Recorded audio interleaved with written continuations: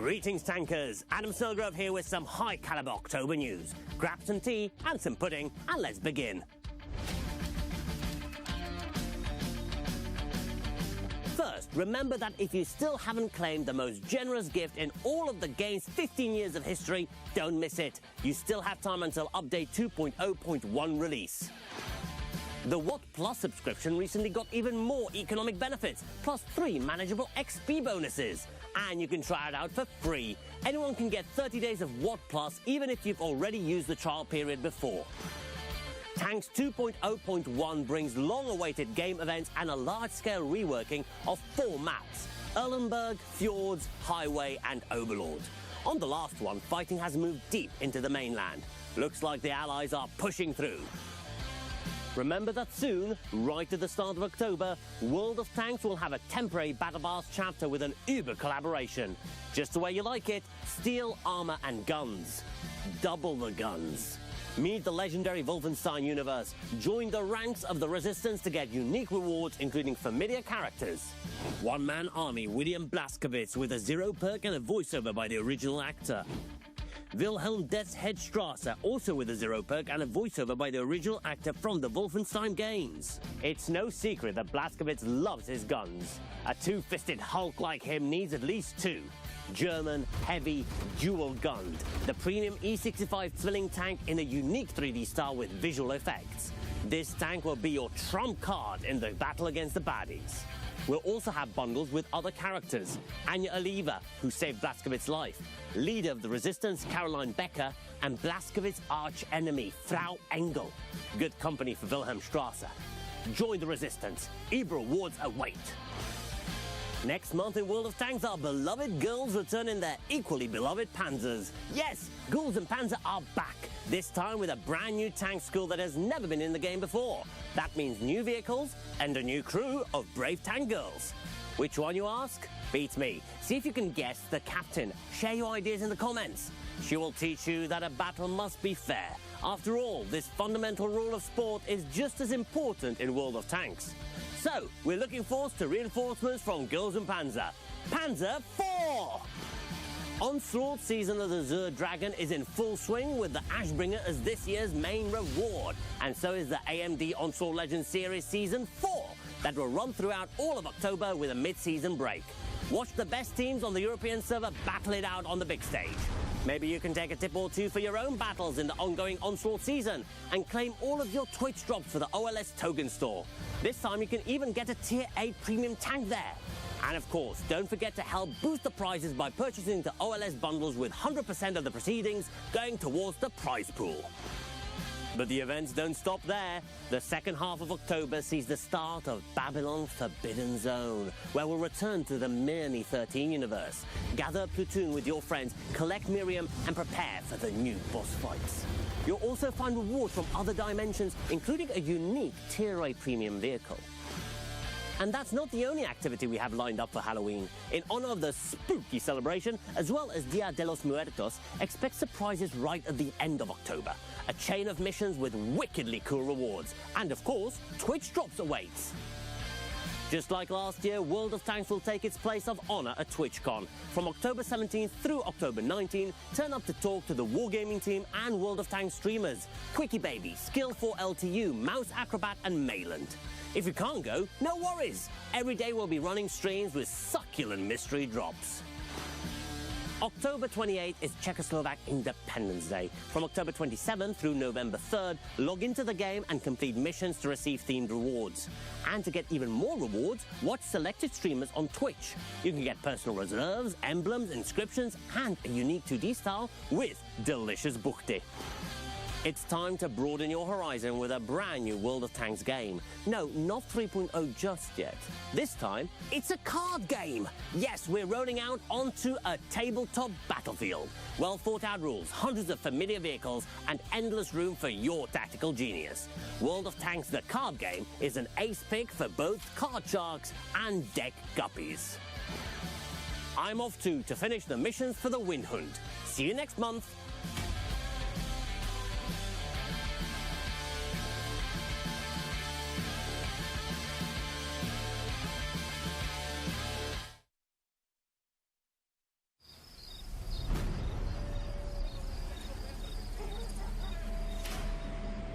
Frau Enkel, allow me to introduce you to the culmination of our engineering, Götterfaust.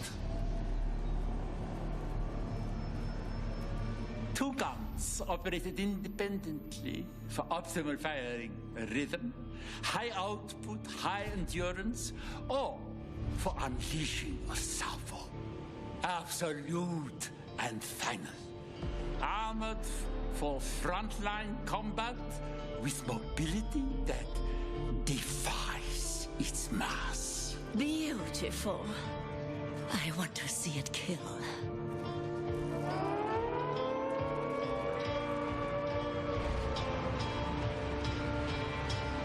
Fine. Watch. Control, this is Blastowitz. I've got their toy. Now tell me where to drive it. Route southeast. Friendly pickup waiting at the shore. Wait! Enemy armor inbound from the west.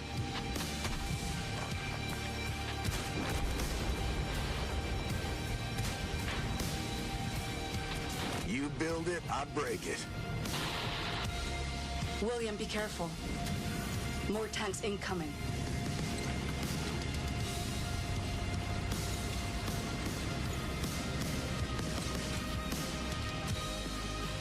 Let's see what you got, sweetheart. William, come in. William, please, answer me.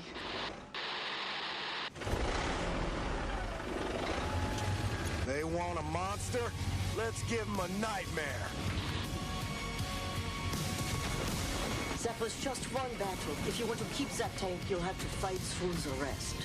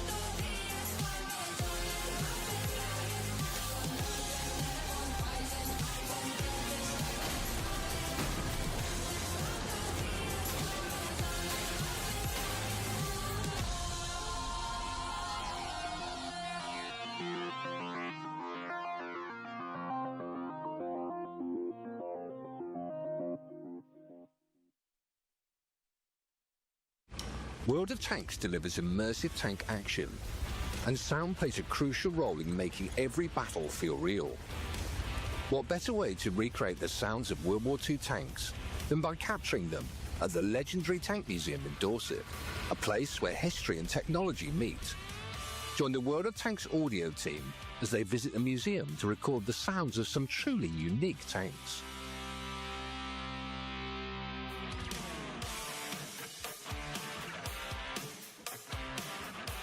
Today's focus is the Leopard 1 tank, a powerful machine with a distinctive audio profile. Every recorded sound will help reconstruct the dynamic and reactive audio players will experience in-game. So we're here back down at the Tank Museum in Bovington in Dorset to do some audio recording, and we're joined today by the head of the team, Alexei. Now, Alexei, tell us all about the audio recording, the importance of it for the game.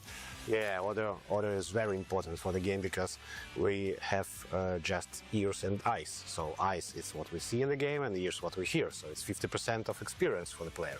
So today we're recording Leopard tank. We're recording all the external sounds and internal sounds in movement, in idle state, and we will use these recordings to implement it in World of Tanks game to provide the best experience for our players. Fantastic. And perhaps you could give us a more of a detailed description about some of the equipment you're using here? Yeah, of course. So we mount like 6 microphones on these booms all over the tank. Our focus is, of course, engine and threads and turret movements. After that, we will mix it all together in the game. It will be interactive system which will work and reacts on the input of the player to provide like feeling that you are driving a real tank in our game. Capturing the true essence of tank warfare isn't just about visuals. It's about bringing the roar of engines, the clank of tracks, and the deep echoes of the battlefield straight to the player's ears.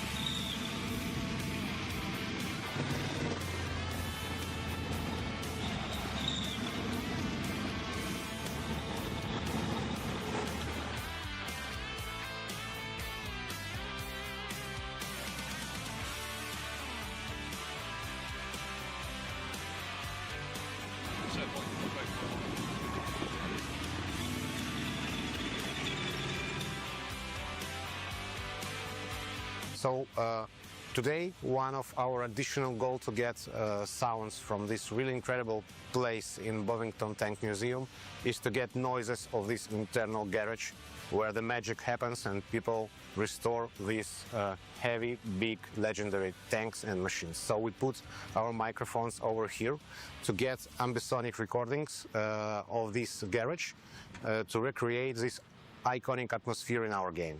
So we will provide this binaural audio experience for the players, and I hope you will feel the same as we do now when we are here in Bovington Tank Museum. As the team moves deeper...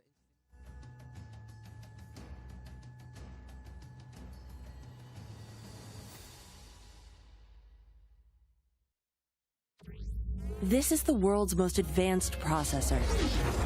In entertainment, its rendering speeds render other processors obsolete. Powers cloud services for billions. Helps change the course of climate change. And uses AI to accelerate disease detection and cures. We make the world's most advanced processors, but only with your vision can we advance the world. AMD. Together, we advance.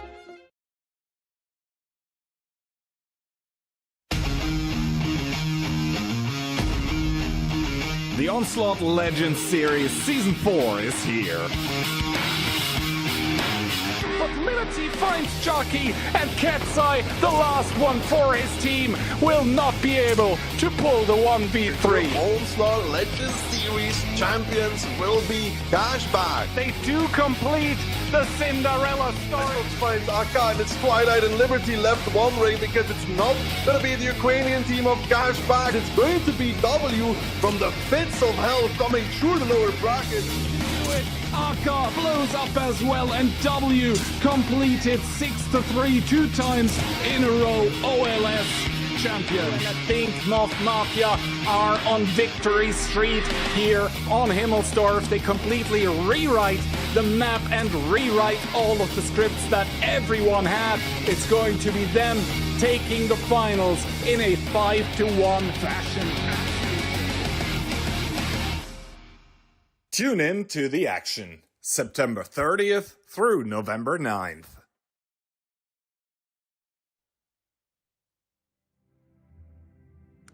Well, hello there, and welcome to the second day of the AMD Onslaught Legends series, and we are already, crazy to think about it, in Season 4. Hi, Daki, how are you? I'm chilling, Kian, yeah. Those seasons have gone very, very quickly, to say the least. And now today, more matches ahead that are going to be very, very interesting as well as we make our way towards some playdays in Stage 1, seeing how the teams rank up against each other. Today we're going to be kicking it off with Vortex versus Weekend, two newer teams to the OLS, and then we have an absolute banger waiting for us. W versus Hit and Run, then we have Krilo versus Cashback, so new teams against each other, and then again, of course, at the end, another banger with Cashback versus Mafia. So this is the play day of the 2nd of October. And then, you know, we stream Tuesdays, Thursdays, and Sundays, and on Sunday even got to show the OCS a little bit. Exactly. So we're going to have the phase 1, of which we are now in the second day, but during the Sundays, the streams are going to be a little bit longer because the champions are rising. Exactly. That's sort of the second European League. We'll show the matchup of the two best teams there currently.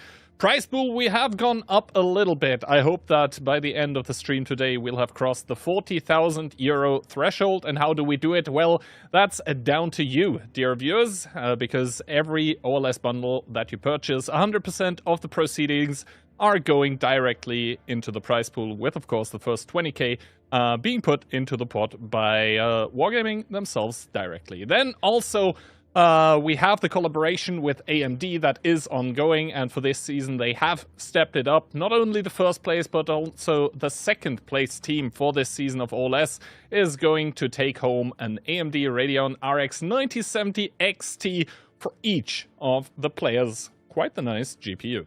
Yeah, nice little bonus there for the top two teams to motivate them that slight amount more. But for you at home, of course, we've got some rewards as well in the form of tokens. Today, on this Thursday, you can get 5 tokens. Every day is going to be 5 tokens, except for, of course, you can see the final week in there is going to bolster those token numbers by quite a bit, so please do note that in your calendar as well. And of course we have a mid-season break as well to give everybody a little bit of time to relax and unwind. And what can you do with those tokens? Well, very easily, you can get yourself a Lansen C if you want to, and I think the second one is called Steyr WT. Then it's a D3485M, the Object 140 3D style. I think you remember how this camera is called. I don't. There's premium days, consumables, and reserves. Yeah, catching me a little bit off guard, but obviously style for the 140 does not include the tank itself. Some people sometimes get confused about that still, but obviously since the buff of the 140 with 2.0, that tank has become very, very potent. That's also why we're seeing it a lot here being played in the OLS. So definitely consider picking up that tank currently. Yeah, we already showed the matches. We're going to kick it off with Vortex versus Weekend. So two kind of new kids on the block to kick it off. And yeah, I mean, match 2, I think, is the cracker of the day. W against Hit. We'll have to really see how that one's going to play out. But first of all, Vortex versus Weekend. What are your thoughts? Well, two newer teams, with Weekend probably being the favorites here. Vortex, we saw them last Playday. It was not it. Then again, they played against a very experienced team. However, they need to take points in matches like these against Weekend, a team that is not as experienced as the established top 4 or 5 teams that we already have. So there should be opportunities here for them. But Weekend, in return, they are no team to underestimate whatsoever. Yeah, I mean, most of the names that you see here have played OLS or OLC, something like this before. I mean, basically a single nickname here has appeared in the past. So definitely there is some experience in this team. I mean, maybe not able to completely compete for those absolute top spots, but definitely Weekend, I think on a weaker day, they can beat probably any team, especially in the format that we have currently for Phase 1, which is, of course, best of 5. Now, first of all, Vortex, so far his performance in the OLS Season 4, KD of 1.0, average damage 3.1k. But the thing is, Vortex had, well, not the best of matches on Tuesday, so for him to pull those stats regardless is pretty impressive. Yeah, not too shabby whatsoever. Then in return, the community prediction heavily favored towards Weekend. No real surprises there, to be honest. That Weekend is the favorite team between these two. They did also look better in the first play day, so it's good to see that result into confidence as well. And I mean, the question is, can they translate that into gameplay? I mean, Vortex may have lost on play day number 1, but they are in OLS for a reason. So they are a capable team nonetheless, but they have to be able to show that. And especially in these shorter matches, this best of 5, you need to get the ball rolling early or you're going to be out early as well. Now, Morovanka and Westfield banned respectively by Vortex and Weekend gives us Cliff as the very first map between these two. And if Cliff isn't enough of the action, we go to something completely different than Cliff, but also potentially very fast. It's going to be Ensk. So very different style between Cliff and Ensk, but it can be extremely, extremely quick. Exactly, and if it goes the distance, then Pilsen will be the decider. But Cliff, finally, we're going to see it. We didn't see it at all on Tuesday, so I'm very happy to see what exactly that map holds in store for us, because I think Cliff might actually be one of those maps that, you know, didn't see actually that much change in regards to the meta. So we already saw a lot of change coming into this season, for example, with the Type 5. Maybe the E50Ms are going to be good for that map. They were even used before the buff, but I mean, BZ has fallen off a little bit, in my opinion, but I think for Cliff, it's still very, very viable. Oh yeah, but I guess we won't be seeing the 5-6 BZs anymore now with even further buffed E50M, for example. Like I said, we could even go back to an older version of Cliff where at some point we see like 5 E50s. We saw that at some point in OLS or OLF, one of the two. Very popular, potent tactic as well. Definitely a possibility now with the buffed E50M even further, but a BZ or two is going to work in a lot of strategies as well. What we could maybe see as well is a Grilla. Cliff can actually be very diverse if it comes down to it. We've seen 1, 2 Grillas. We've seen a V's even, I think, as well. Yeah, V's, and also now the FV183 is also playable since this season, although I do think for competitive play, the Stage 2 is still the go-to, in my opinion, if you want to run a strat like this. But also autoloaders. I think still a bad shot here or there. Can work absolute wonders. TVP, not too much of a fan myself for competitive play. I feel like that tank is kind of a bait most of the time, more often than not anyways. But yeah, predictions, all 4 of us are going with a weekend victory, but baby, once again, with the brutal one, 3-0. Yeah, I'm also bad at predictions, we don't even show them anymore. But yeah, let's see. I think for myself, what I saw from Vortex on Playday 1, I think it was okay, but definitely not enough. But it was good enough for me to give that one consolation round for them in my prediction. I mean, it's Onslaught, so you always expect at least one round to come out, to be honest. Because especially on a map like Cliff, Kihan, you could lose in the first 20 seconds. You know, they play a straight counter to what you're doing, and you're in trouble on a short map like this where you can't really adjust too much, even though you can. But sometimes there's no strategy that cannot be countered. Oi. Okay, let's see if Clownzig stays with this tank. But Vortex, first of all, coming out with the triple BZ. We have a Type 5 Heavy, a CS63, a 140, and an RHM. Weekend in return, playing 5 BZs, a CS63, and an Object 140. I was going to say Vortex has the possibility to spot because they don't have because they had the RHM, but they switched it out last second. The Type 5 is an interesting pick, of course, because there is a lot of lineups on Cliff where the Type 5 can even achieve through tanks that it's playing against. Like CS63s are really awful against a Type 5 Heavy, but the BZs, while they will struggle with penning the type, they will not realistically suffer too much of fair fighting against it either. So not sure which lineup is better here, but it's reminiscent of, like, for example, W playing with a mouse, if you remember, on 1-2 line on Cliff quite a while ago as well.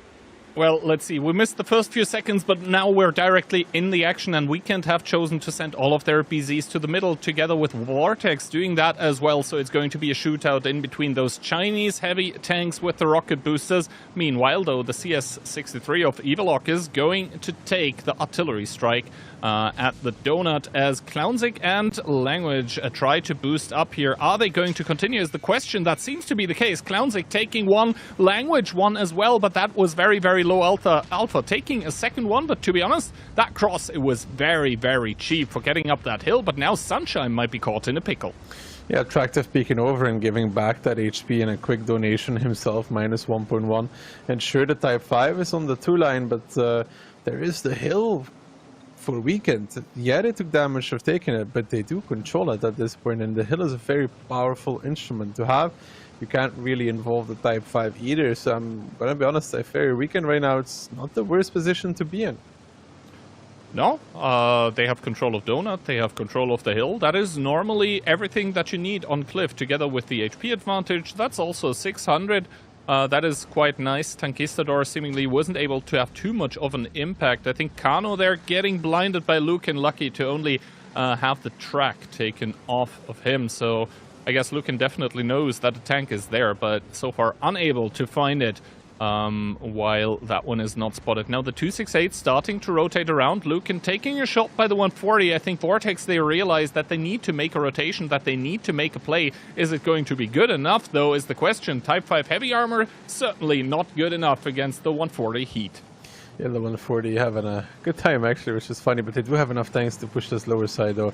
They have the Type 5, they have the 268 and their own 140 as well. The question is, how much does Lucan take for this? He's pushing back in, shielding his teammates even with that big old Type 5 Trash Panda. Will stick the strike, I like it, might instantly put it as well on top of them. This is going to hurt for the side of Vortex. You can see Tankistador minus 1.5k, but now Trash Panda getting caught a little bit in that PC, but Floppy on the cross in the CS63, not necessary to do that at this moment in time.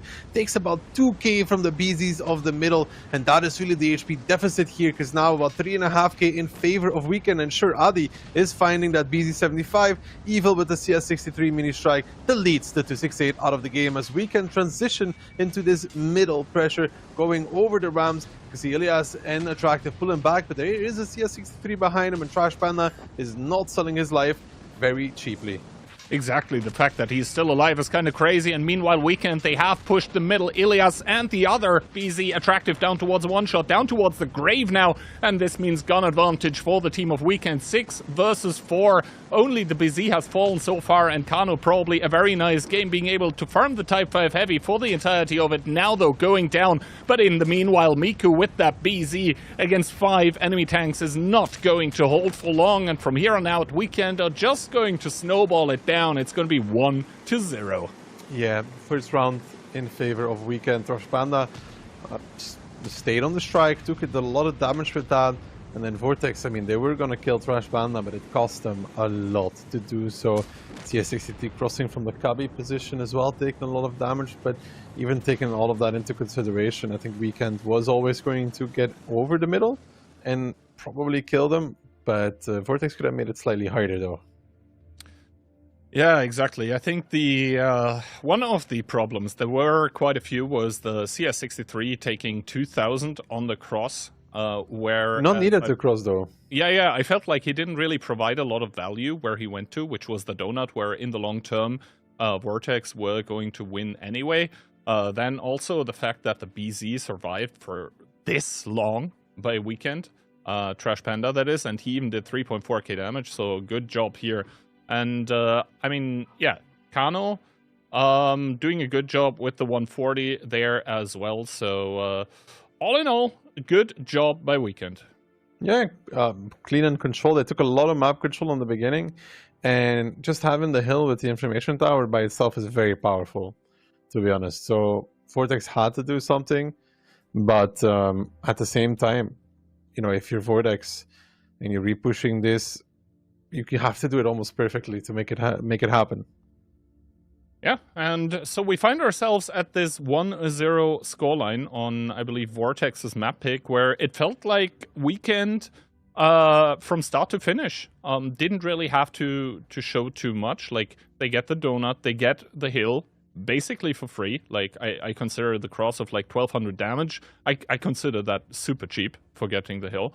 So the question is, what was Vortex's game plan here? Because also with the fact that they took a 268, the fact that they took a Type 5, that makes them not really that much able to contest any kind of important positions immediately. They were waiting for the repush, but the reaction by Weekend onto the repush was exemplary. So Vortex's game plan just, getting broken by what Weekend made of it.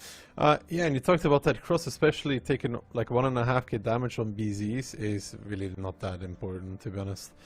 They have plenty of HP, they're the ones that need to take the damage, and in return Attractive donated it straight back, so they didn't even really pay for that.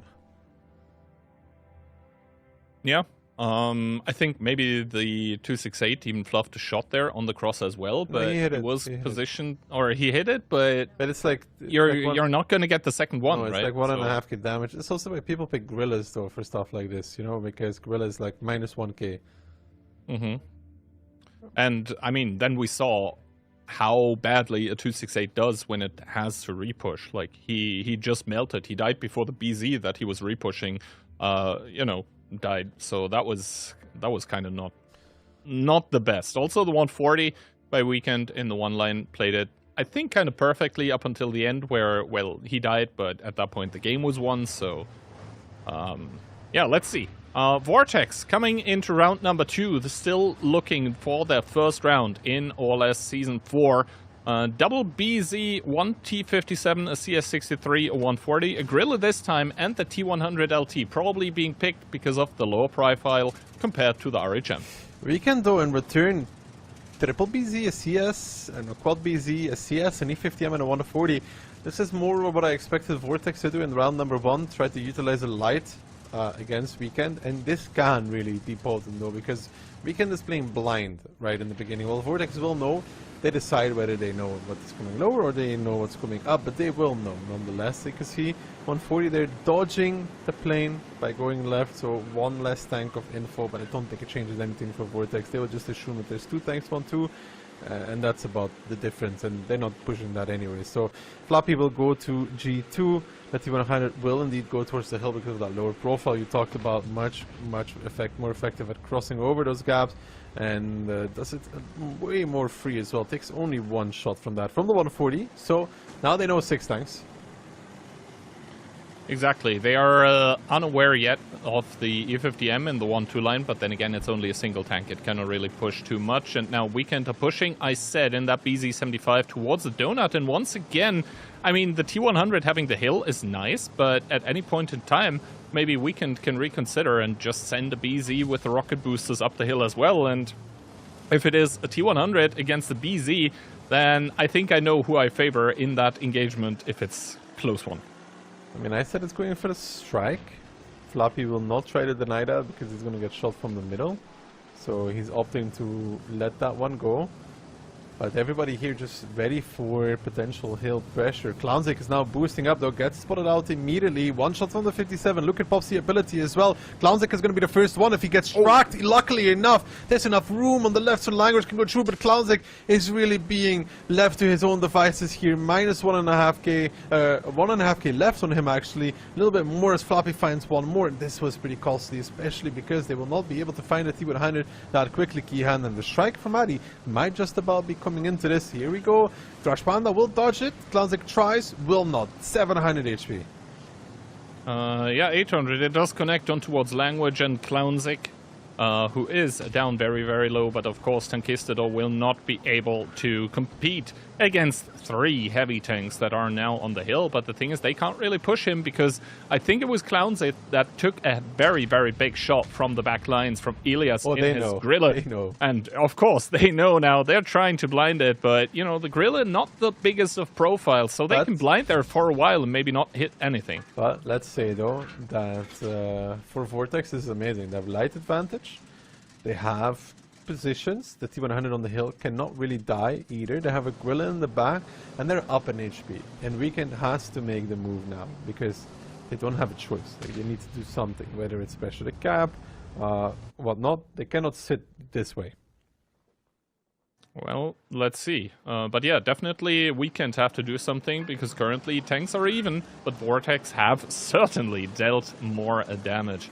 Kano with the 140 trying to feel out the opponents here on the 9 line a little bit, trying to generate more map control, possibly speculating as well to take strike later on, which is coming back in 7 seconds. I hope your cat didn't knock over anything on your desk.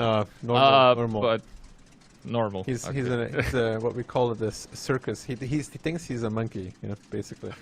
Okay.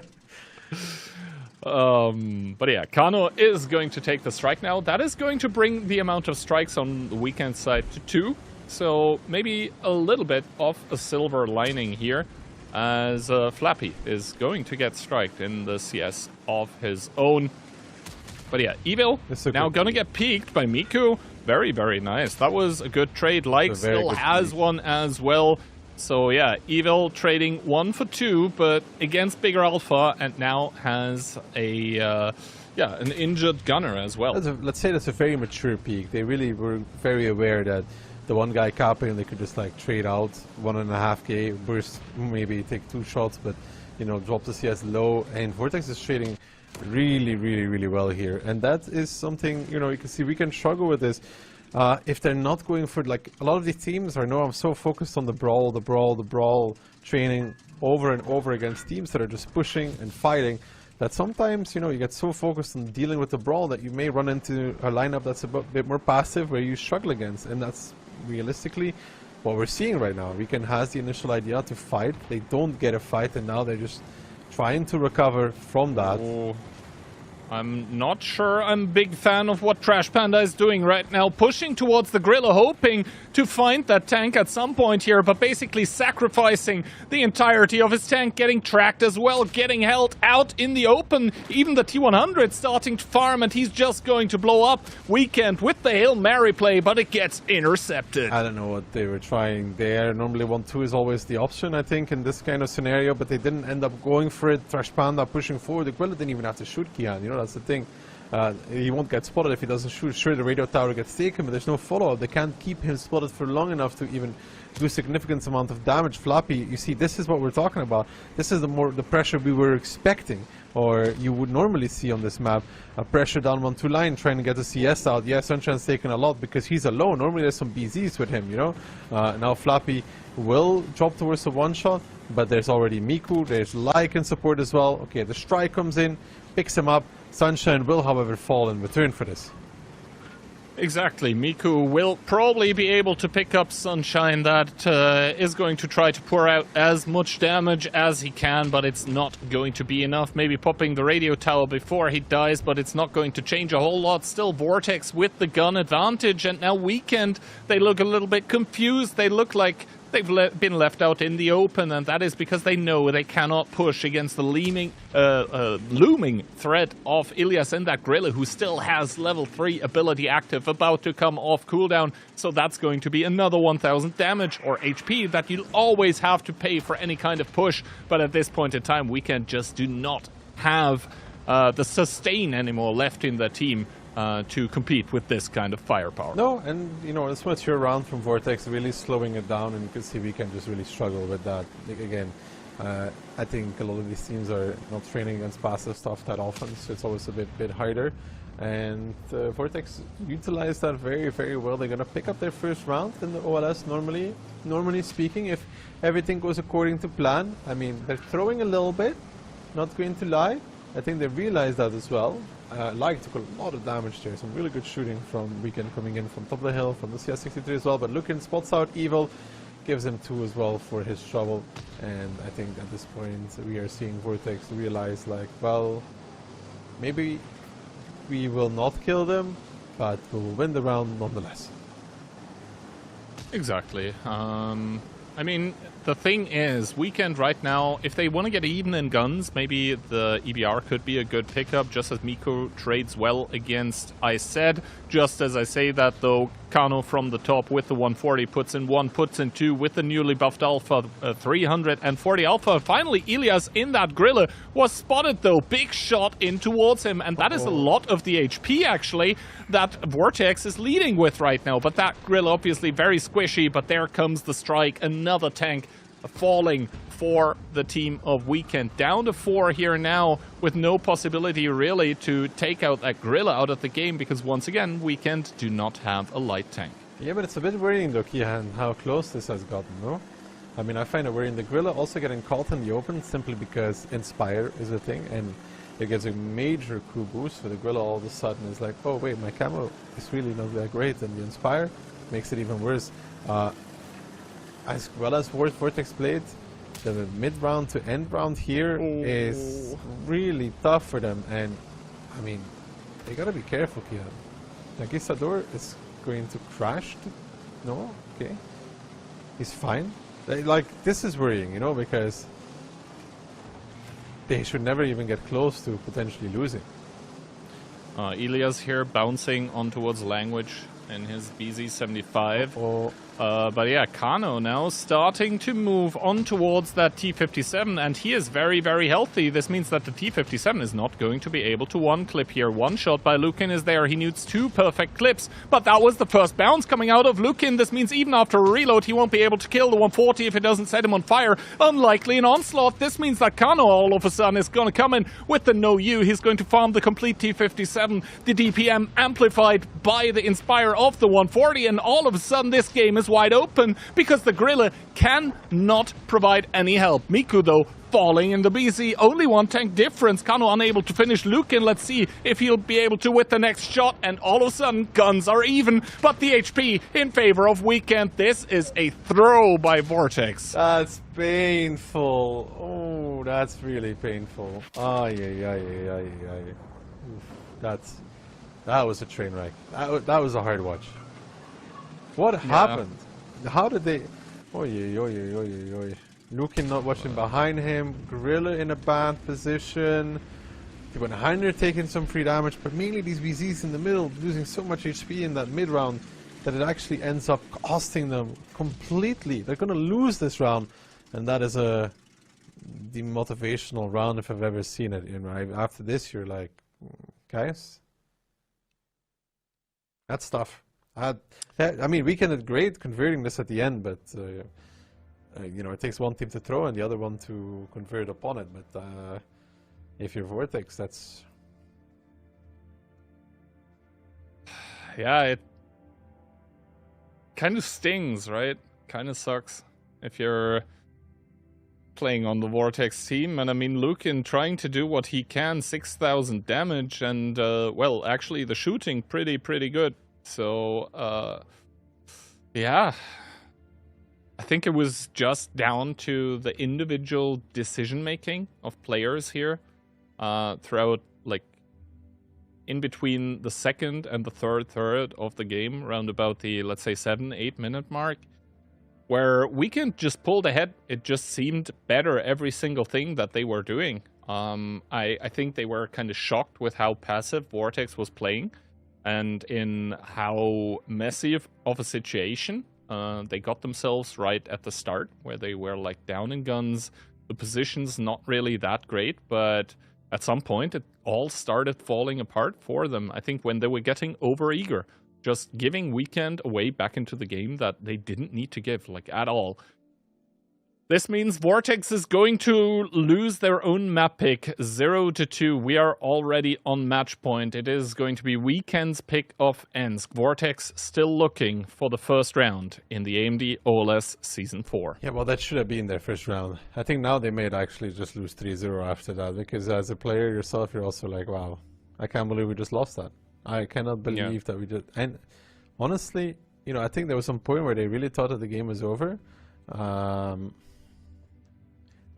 And decided to drive forward, and then they realized they were throwing, and they never really recovered fully. Yeah, I think they were through before they realized that they did it.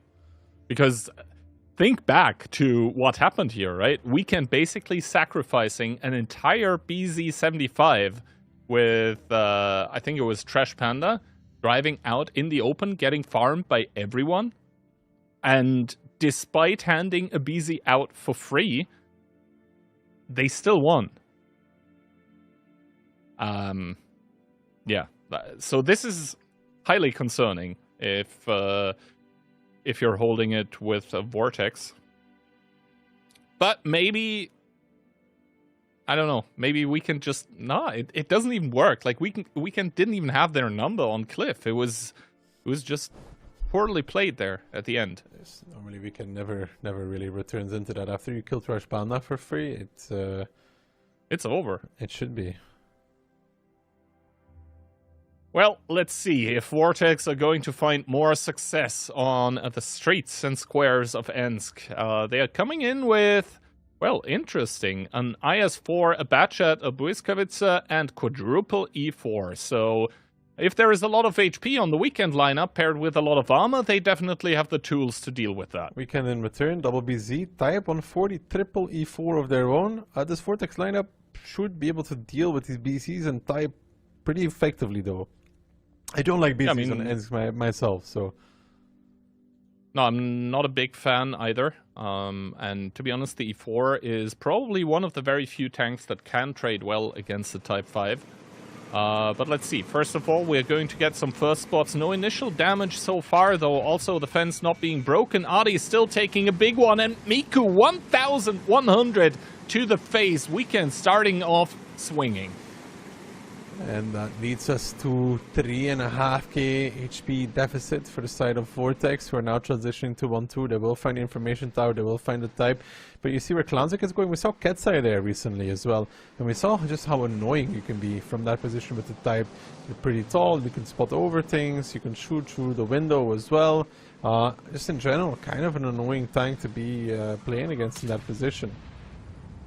Yeah, Clownzik lets one loose, but does not connect on towards the E4 of Lukin. Obviously, Clownzik needs to be careful with that Type 5, because yes, you have good armor, but not against E4 APCR. So now, what do we see? How does Vortex respond? Because I think Weekend is going to start putting the cap pressure on, and from that point on, you start running into some issues if you're this Vortex lineup, because we saw what happens when the IS-4 is pushed forward. He just gets farmed by the Type 5 heavy. Exactly, and the thing is, the Type 5 is so tall that even at this kind of distance, you can sometimes try to lob the shells a little bit on towards the roof of the IS-4, where then you're going to overmatch and cause damage regardless of how good the side scrape is.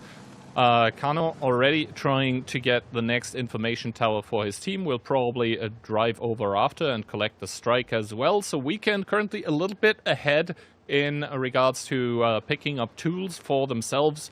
The neutral objectives, just because they got them earlier on the first round as well. And this is, I mean, spelling problems right now for Vortex, because so far Weekend have not taken any damage. This means they...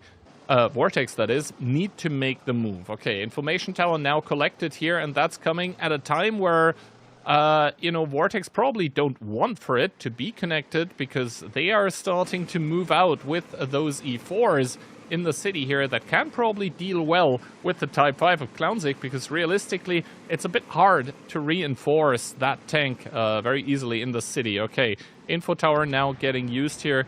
As well by the team of Vortex. I believe a strike coming out to reset the cap. Now the info tower getting used by Weekend, so they know about those E4s. Clownzik already pre-aimed at the corner.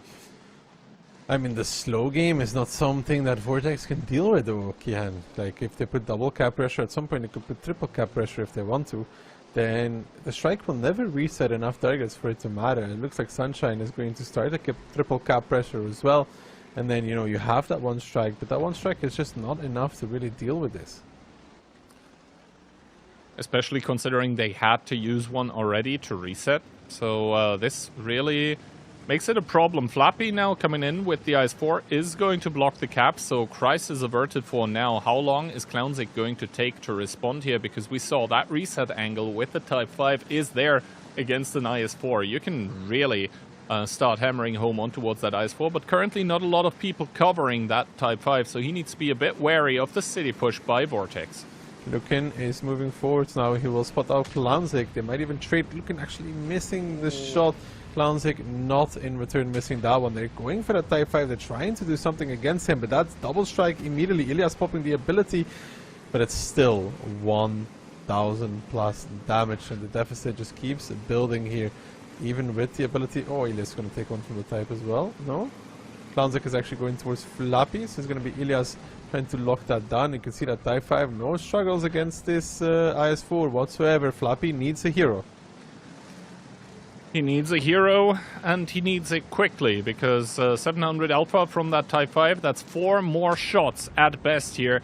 4 more penetrations, that is. He manages to fire back on towards the Type 5, but you can see he cannot really properly stay safe. Is going to heal himself up a little bit, but he needs to stay here because there is the double cap going. Miku trying to collect another strike as well as Sunshine takes a big one. But so far, Vortex really not trading well. Down 5k of an HP deficit. Tankistador with that flimsy, with that squishy Batchat now coming in as well. But where is the target that he can clip out on? That's the question. Attractive now engaging on towards Clownzik. Lukin paying a bitter fee though for this peak is going to go down, and Weekend, they just look so stable as a rock. Yeah, they're using that Type 5 position exactly as they should to get those resets against that IS-4. They kill him, they force a target from Vortex to commit in, which is Lukin. They kill him as well, and the rest of the team from Vortex is fallen. That cliff battle, the one that broke their backs, a lot to discuss there for them about how it was 6,000 lead at some point on this cliff that they then ended up losing, and that will put Weekend across with a simple 3-0 nonetheless. Yeah, at the end of the day, it's going to be smooth sailing for Weekend, and to be honest, Vortex have no one else but themselves to blame that it is actually a 3-0 scoreline. This second round of Cliff is probably going to haunt them for quite a while, because it seemed so won when at the end of the day, apparently it was not. Adi here, the last tank, going down for the team of Vortex. So after 2 play days, still looking for their first round. Meanwhile, Weekend are going to be very, very happy with themselves. 3-0, that helps with the points difference as well at the end of the day. Yeah, good job by them. Vortex, we still have a lot of questions.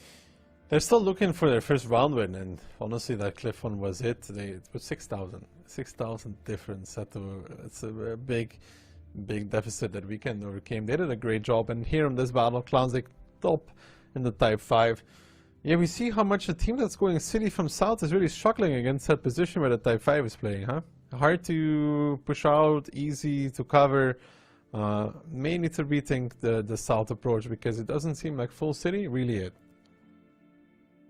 Exactly. And it also felt like the engagement that Vortex was trying to create on towards the Type 5, they didn't have a lot of guns at the same time that were able to like kind of burst down the Type 5, because if you have this many E4s, yeah, you cannot really burst it down, but you want to at least get a good trade against him with the amount of E4s that you have, right? You want to mitigate the incoming damage and meanwhile punish him with, let's say, 2, ideally 3 E4 shots at the same time, but that didn't really happen. So, yeah, Vortex, I mean, the positive thing for them is, I think a lot of, well, 1, it's over, and 2, some of the mistakes that they made should most likely be easy to fix.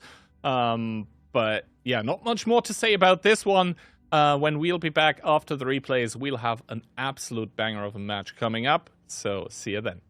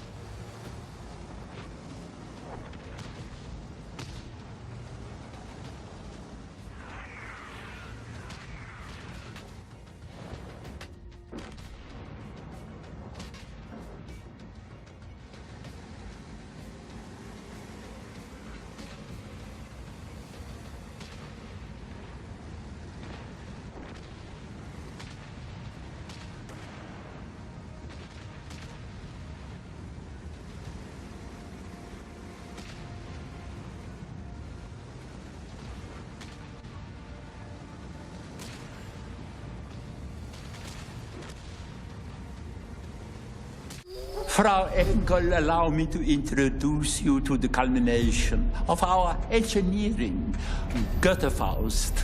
Beautiful. I want to see it kill. Fine. Watch. Control, this is Blazkowicz. I've got their toy. William, be careful. More tanks incoming. You build it, I break it. They want a monster? Let's give them a nightmare. That was just one battle. If you want to keep that tank, you'll have to fight through the rest.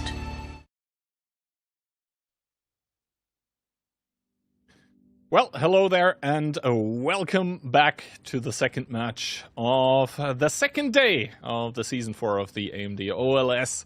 And I think after, well, maybe a warm-up match for some, now we're going to have a true banger, almost a classic at this point. It is going to be the decorated team of W against, well, the most successful team in recent history internationally, against HIT. Yeah, I was going to say, two very decorated teams.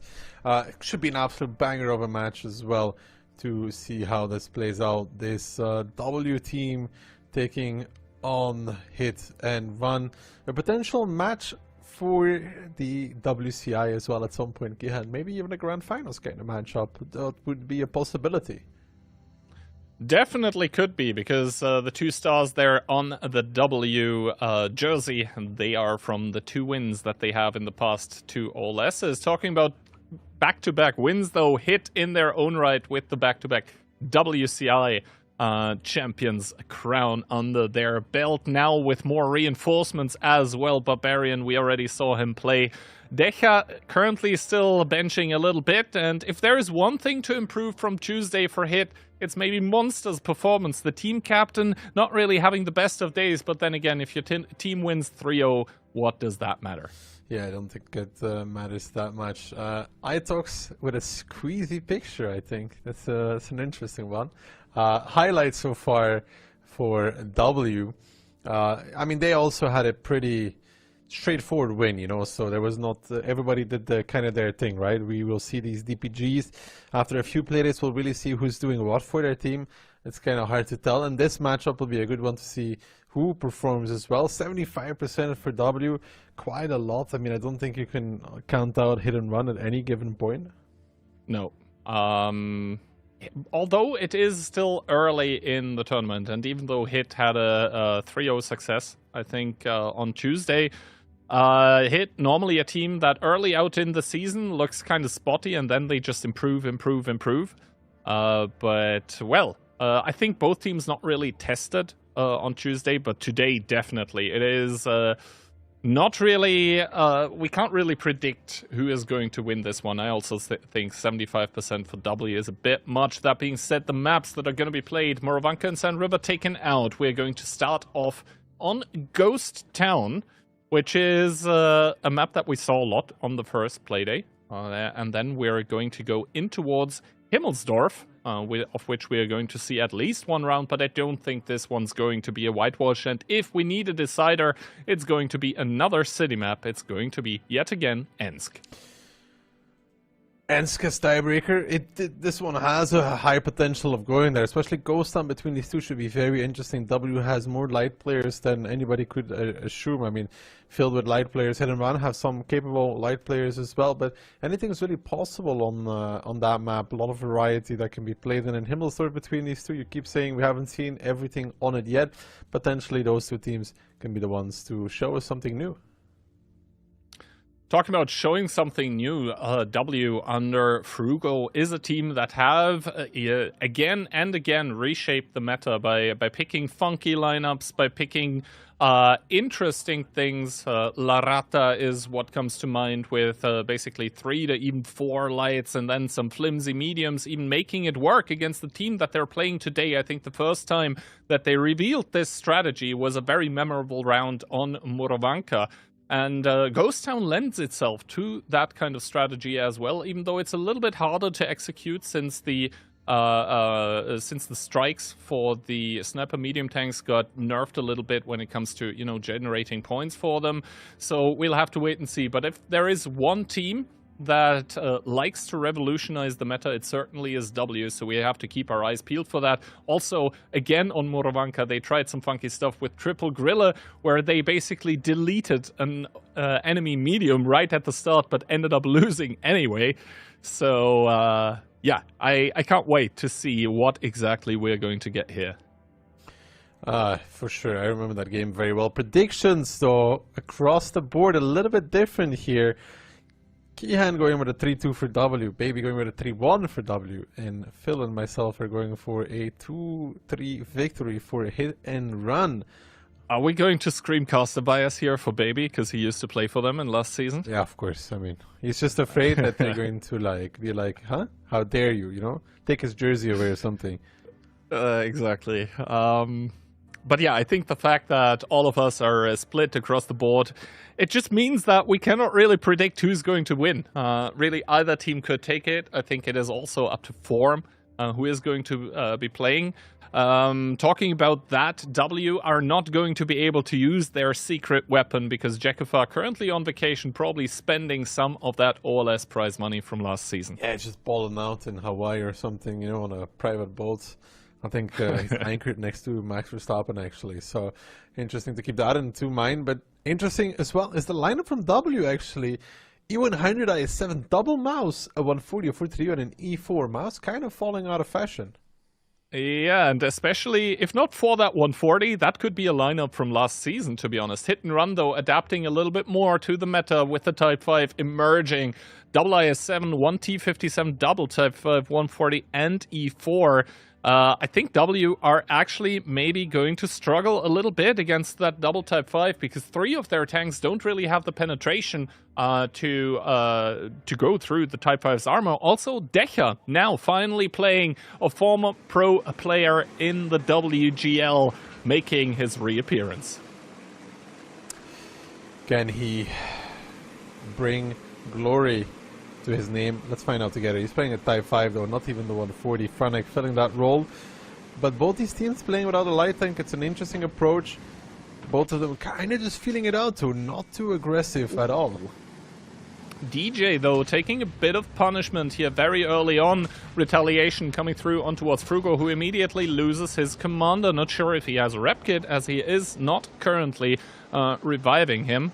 But yeah, as of right now, trades a little bit back and forth. We're waiting for the mouses of W to march into position a little bit. Franek has taken the strike in the meantime, though, so that is a little bit of neutral objective advantage. But on that F0 position, if we take a look at the minimap, that's a heavy tank driving there, actually, and it is unspotted.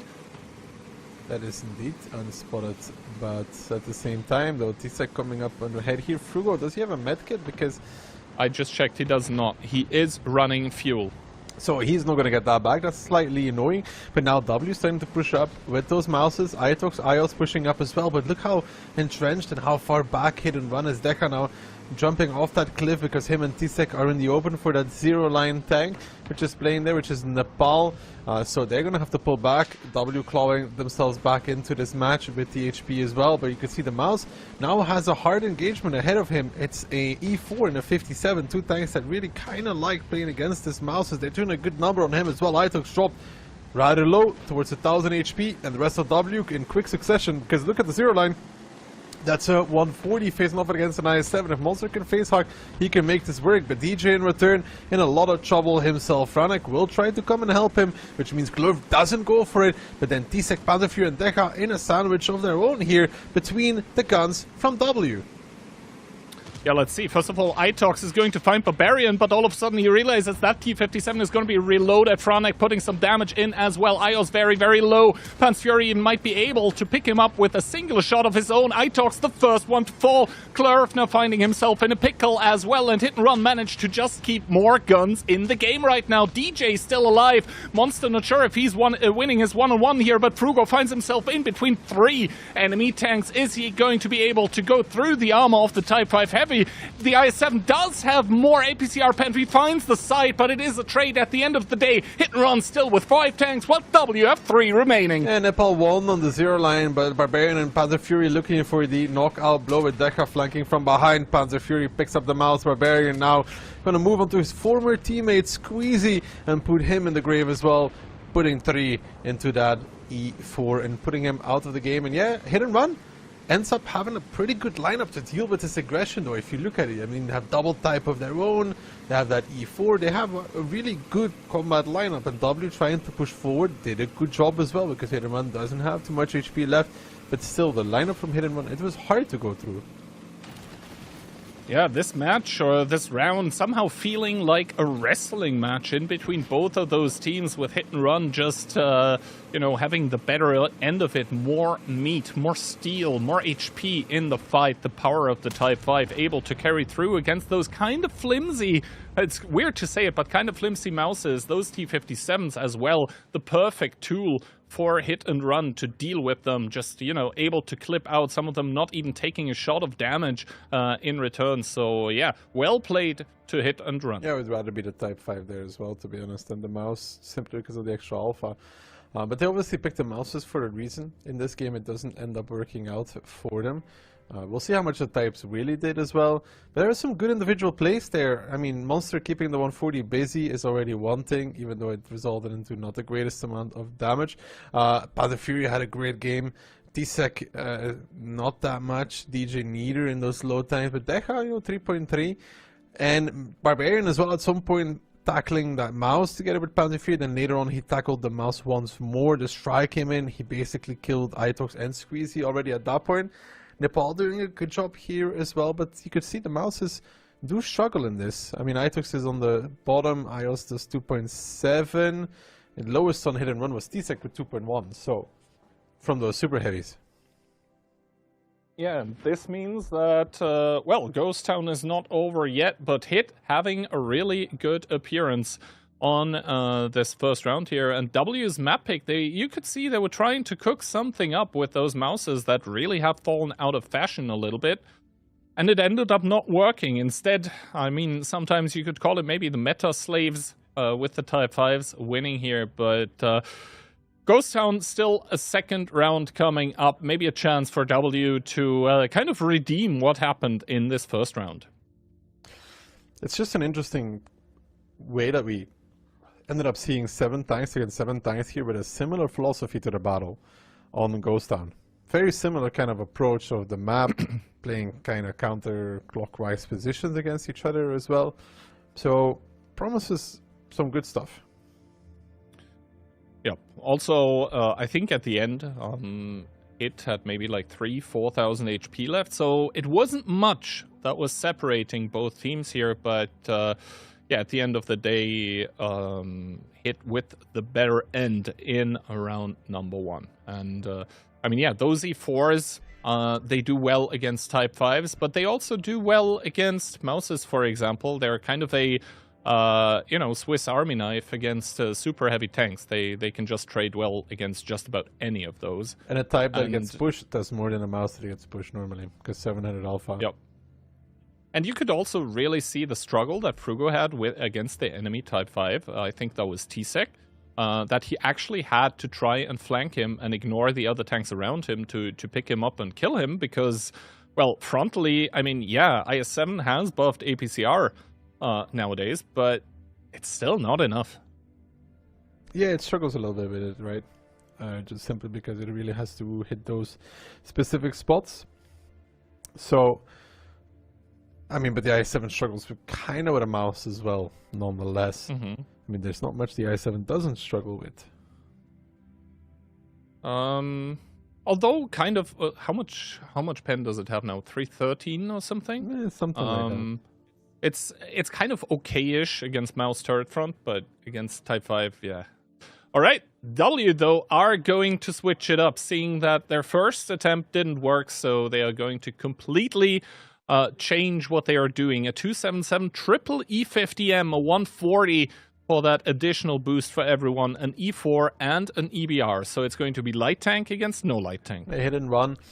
double E50M, 140 double type, double IS-7. They now will have to deal with the EBR though. An EBR that should be able to get quite a lot of information in the beginning. More likely than not, we'll see him go towards 1-2 line with that EBR instead of the right side, just because he can generate a lot of info there. He will find, let's say, 4 tanks.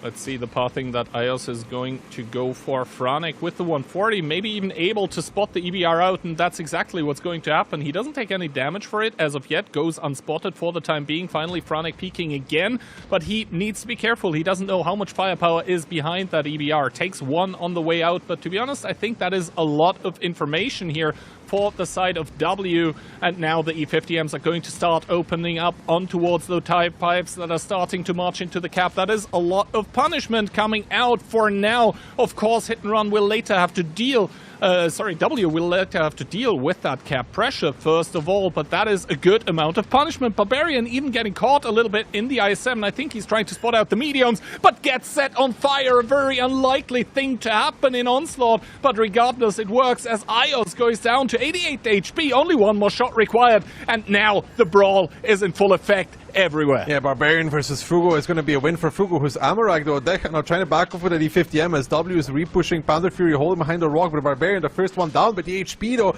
because of that EBR being dead so early, Hit and Run actually has more of it, but they still have a Type 5. Fugo now kind of driving out in the open as well, gets picked up by T-Sec. Out in the open, tries to survive, will not make it. And Monster and Panzer Fury now playing behind this rocks here, trying to stay alive as well.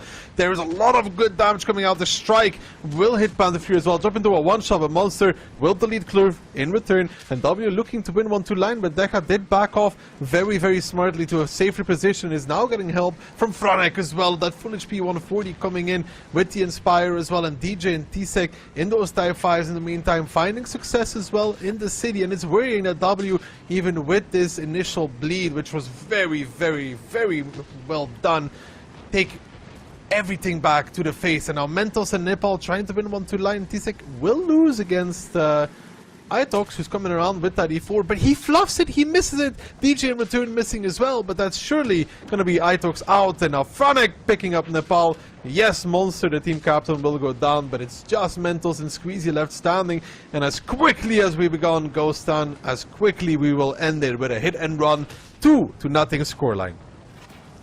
Absolutely, and you said it, kind of concerning here the way that all of this unfolded. The push on the 1-2 line also kind of disjointed against what Hit and Run were doing. I think Deca there with a very, very smart play, even staying alive here on 3 HP. But the thing is, yes, the bleed that was done on the Type 5s at the start of it was very, very good. But then come to think about it, does it really matter that much? Because, yes, you deal a lot of damage on towards those heavy tanks, but then you try to push 1-2, and of course all those E50Ms and mediums there that Hit and Run have, those did not bleed. So you're still pushing in towards full HP tanks. And the biggest problem there is actually that they were forced to repush almost, and that comes down to the EBR making a mistake. He was taking the artillery strike on that 2 line, and he got spotted out and deleted. He does 0 as well, right? Which is worse than Barbarian doing, I think, 2 shots of damage. Because Barbarian was going to lose against Frugo 10 out of 10 times, and there's no way he wins that. So they would always be up a gun. Now the EBR got pushed, they pushed back in immediately to try and do something off of the EBR dying, but because of that, they were playing 6v6, and Hit and Run was able to hold on very, very well. Franek doing a good job there as well in the 140, and then, you know, Frugo getting kind of crossfired as well. It's really off the back of the CBR kind of overstaying and dying as a result, because, you know, otherwise they kill the guy for free. Sure, they have to deal with the cap, but it was only 1 Type 5 capping, so it's not like they really needed the strike that desperately, you know? Yeah, so I think we have to applaud Hit here a little bit for just reacting very, very quickly and with the best possible reactions on towards what W was doing. Because I think if they don't act so quickly and proactively, then W in the long game are going to win because of the EBR advantage. But they managed to push out the EBR, and then they managed to force W into pushing somewhere where they actually still held very favorable amounts of HP. So yeah, good job by Hit here. And now we are going to switch up the map. We're going to go to Himmelsdorf. So W unable to even get a single point on the board on their own map pick. also kind of concerning, because the first round, I think Hit just, you know, was able to wrestle them down, but here in the second round, Hit just with perfect reactions. Yeah, and W not doing everything perfectly, even though the start for them was really, really, really good. And you can see that, you know, one mistake against a team like Hit and Run can be enough for them to come back into the battle. And 2-0 now for Hit and Run. But it wouldn't be the first time W brings it back to a tiebreaker from being down 2-0 or 3-0 against Hit and Run.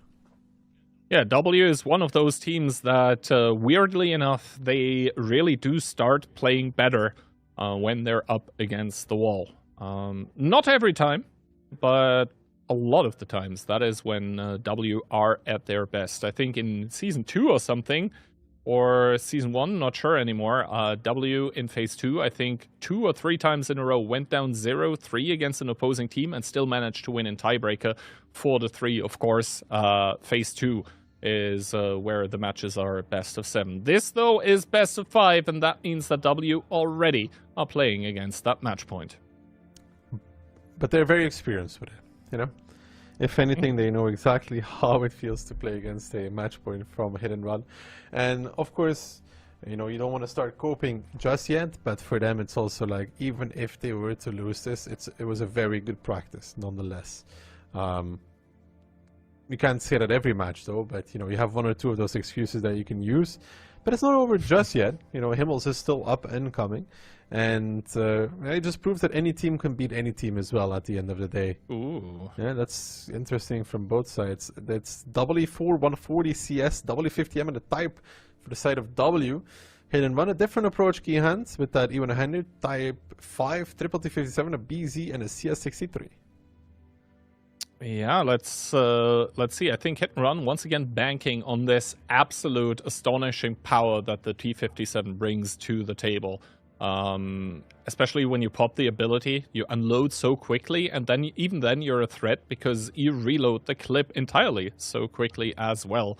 W will really have to take care not to lose any of those E50Ms early on, so they, throughout the reload of the clips of the T57s, that they will be able to DPM down those autoloaders. iOS there spotting out T-Sec, getting spotted out himself, trying to make his way towards the artillery strike, but with that T57 hit squad not spotted, W actually might be in some trouble here. Barbarian looking for an angle. They're starting to drive in towards the 8 line. Itox is going to spot this out here, puts a good shot and sees the second T57, but iOS really taking a beating here. Itox not sure if he can actually stay, but I think Barbarian is just going to go for the play on towards the Hurricane 1, make that 2, 3, and he doesn't go for the 4th because he's actually taking a huge amount of punishment. Good reaction by W. They're still looking for that pickup on towards iOS as the E50Ms come back in. Nepal with the ram kill, but iOS falls in turn. Yeah, Barbarian there tries to make the play, but a little bit over-eager. Now, they had taken a lot as well on that T57. That's the DPM from this lineup, already -1, but now they're charging in with the Type 5 and the E100 leading the charge. Monster from above wants to come in as well, peeking over the top. Frugo is the target of choice, and look at Hit and Run with just that sheer amount of HP because of those triple heavy tanks, with the Type 5 rolling thunder moving through. This Kaido cannot be stopped. His T-Sec does miss the shot, but it's still too much HP currently for W to really put down their fist and stop the onslaught. They are able to start picking off those lowly armored tanks like the 57s, like the CS63 of Monster, who's struggling as well, but it's still 4,000 lead for Hit and Run. But for Hit and Run, it's about getting some tanks out of the game right now, because if they're just left with these heavies, it's not going to be that great either. And DJ does just that. Picks up Nepal. Mentos falling to Franek as well, who found himself a nice little window position to clip out on towards these W tanks. And this is not what the 2-time OLS champion was expecting, but it's what they're going to get as Hit and Run show up today and show them that they're here to play. Absolutely. Hit and Run here with this brutal pushing setup. Do not care what W had prepared. Instead, they are just going to muscle through with what felt like raw power through that 8 line with the Type 5 of T-Sec leading the charge. I do want to highlight there were some very, very cool micro plays as well on the W side. I think Mentos was shielding Frugo once against T-Sec. So he didn't get the shot or the kill this early, but overall Hit just with all the answers here towards the plays that W were trying to make. I'm not even sure that that shot initially on towards IOS, was it HE, like 1100? It was HE from an E4. It was the Type 5 that was driving the whole game, just like head first. I think it was TSEC. And you see there the Type 5 against those E50Ms. He's just driving, bro. He's just pressing W. They have an E100, they have a Type. He pens the CS63 for 1.1. And neither Decha or Barbarian having a good game. At least Barbarian made his clip, but his play was over-eager as well. Let's be real. But at least he made his 4 shots. Yeah, I think in situations like this where it's just completely everything that you trained goes off the rails and the call is just, you know, everyone push, mistakes are naturally going to happen, but overall the lineup that Hit had here was just designed better to deal with what W was bringing. I mean, you have the front line, basically the actual tanks, quote unquote, with the Type 5 with the E100 that are just able to push through and then are a menace because they have all of their DPM as well. And then you have the T57s that are always going to trade well against stuff like E50Ms. Now, I'm not sure what exactly the BZ was adding to the lineup, maybe to take some initial positions, but overall, Hit and Run, I think, winning today against W with superior tank selection. Yeah, they had really good fighting setups from Hit and Run's side, and they ended up winning the fight because of it every time as well. Yeah, these E50Ms are great things, don't get me wrong, but when you're playing one down roughly to start with, and Barbarian already did his damage, then it's going to be tough, especially when you have to chew through these 4000 HP Type 5, but an even 100 behind it as well. It's hard to get those lowly armored tanks out. They did manage to do it on Decha and almost on Monster, but it's really tough in those scenarios to ignore the Type 5 and shoot everything else, because he's also just having a great time in the meantime. That, you know, that gun of the Type 5 is not to be underestimated whatsoever. And if you drive past him at an E50M, he's just going to shoot you in the side with HE for 1100, or from behind for 1100, no matter what you do. But, you know, it just proves anything can happen. W had a great showing in their first match. Here, I wouldn't say that they played bad. It's just that Hit and Run played very well and was able to deal with everything W threw their way and knocking it out 3-0. I mean, it's an interesting start to the season, Kian. Absolutely, especially since Hit normally early on in the season seemed to be kind of struggling. Now with the perfect start for them. But yeah, I think that for now is quite enough for from the two of us. So we'll be back after some replays with the third match. Hopefully that one's not going to be a 3-0.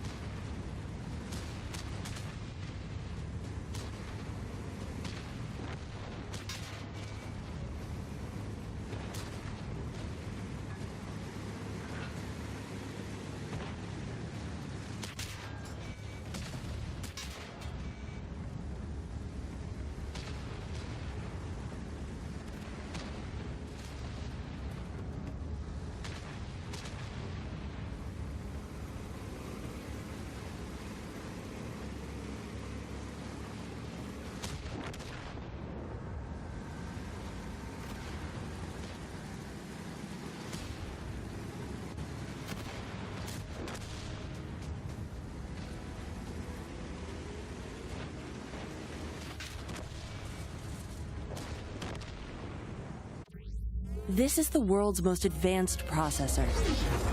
In entertainment, its rendering speeds render other processors obsolete. Powers cloud services for billions. Helps change the course of climate change. And uses AI to accelerate disease detection and cures. We make the world's most advanced processors, but only with your vision can we advance the world. AMD. Together, we advance. The AMD Onslaught Legends series Season 4 has arrived. And with it comes the chance to reward the players and yourself too. Boost the prize pool by purchasing team bundles. If the team you rooted for with a bundle wins, so do you by being able to upgrade the included style to a shiny golden version. Contribute now.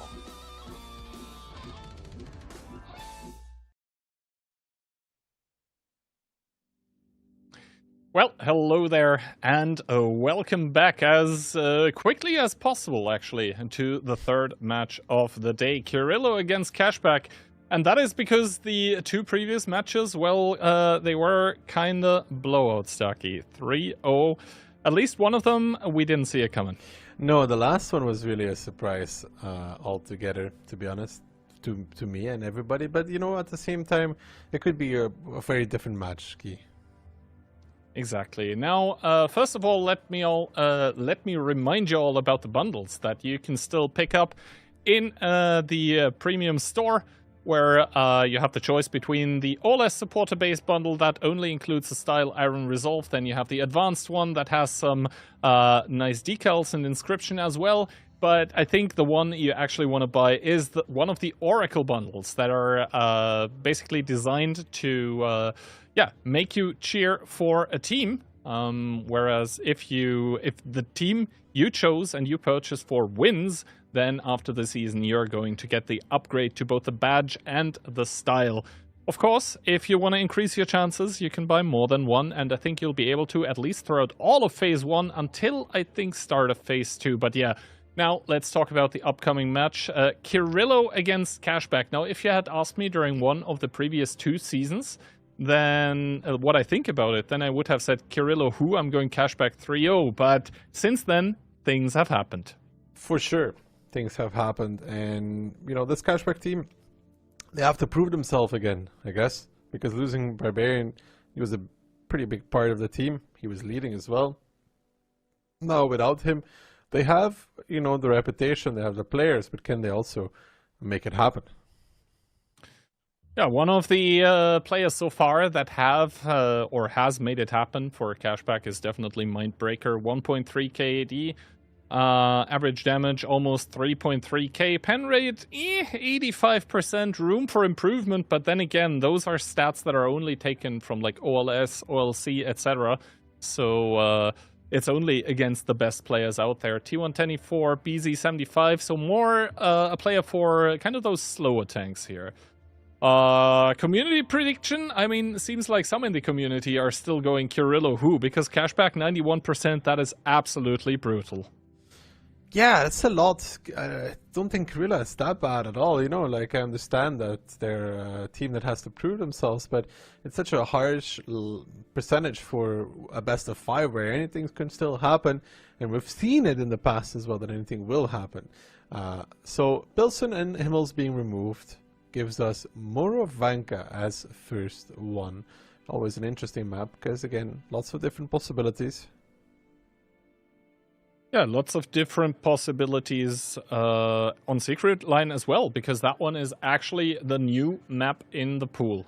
We saw it, I think, 3 rounds, if maybe 4, on Tuesday. But of course, whenever a new map enters the pool, that means that all of the teams have had some time to try strategies out on it. And I don't think we've seen everything yet by far that is possible. And if it goes the distance, we are going to find ourselves once again on Ensk for the tiebreaker. But if the past match is anything to go by, then Ensk as a tiebreaker might not even happen. Indeed, it is possible that we go there. It's also possible that we not go there. According to the community predictions, we're definitely not going there whatsoever. But Kirillo has something to say about that also. Now more... Curious to see how many like E50s and stuff we'll see on this map, or even Type 5s, and across the board, wow. 3 1s and 3 0s. Well, I think it's fair, because even though Cashback have lost some core players after Season 3, I think partly also down to the disappointment of how they did in that season. Like, some teams would aspire to have that performance, but for Cashback, it seems like the bar is just that little bit higher, so changes happened. And still, I mean, on Tuesday, Cashback performing quite well, doing their homework now, today, once again. It is a team that is an underdog that they're playing against, but especially in those matches, you need to perform your best, because otherwise, you know, you don't want to give away for those other teams into the games. Now, Cashback coming out with the double light, it seems. RHM and the EBR, because Cashback still have Liberty available. Finally playing his signature tank again, together with a Foshby, a 140, a K91, an E50M, and a CS63. Not a single heavy tank. Krillo in return, something more simplistic. Double BZ and AX, triple Bliskowitz, and an RHM Panzer wagon.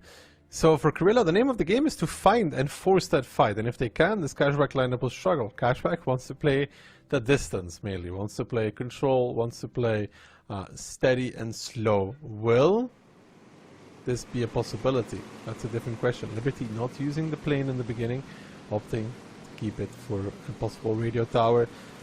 This, of course, meaning that they're missing out a little bit of information on what's happening. Look, they're taking a shot already in that BZ, and it looks like Rillo might just continue through. The question is, do they go for the cap or do they keep pushing? It looks like the continuation is the play. You can already see Vladislav and Twilight starting to relocate.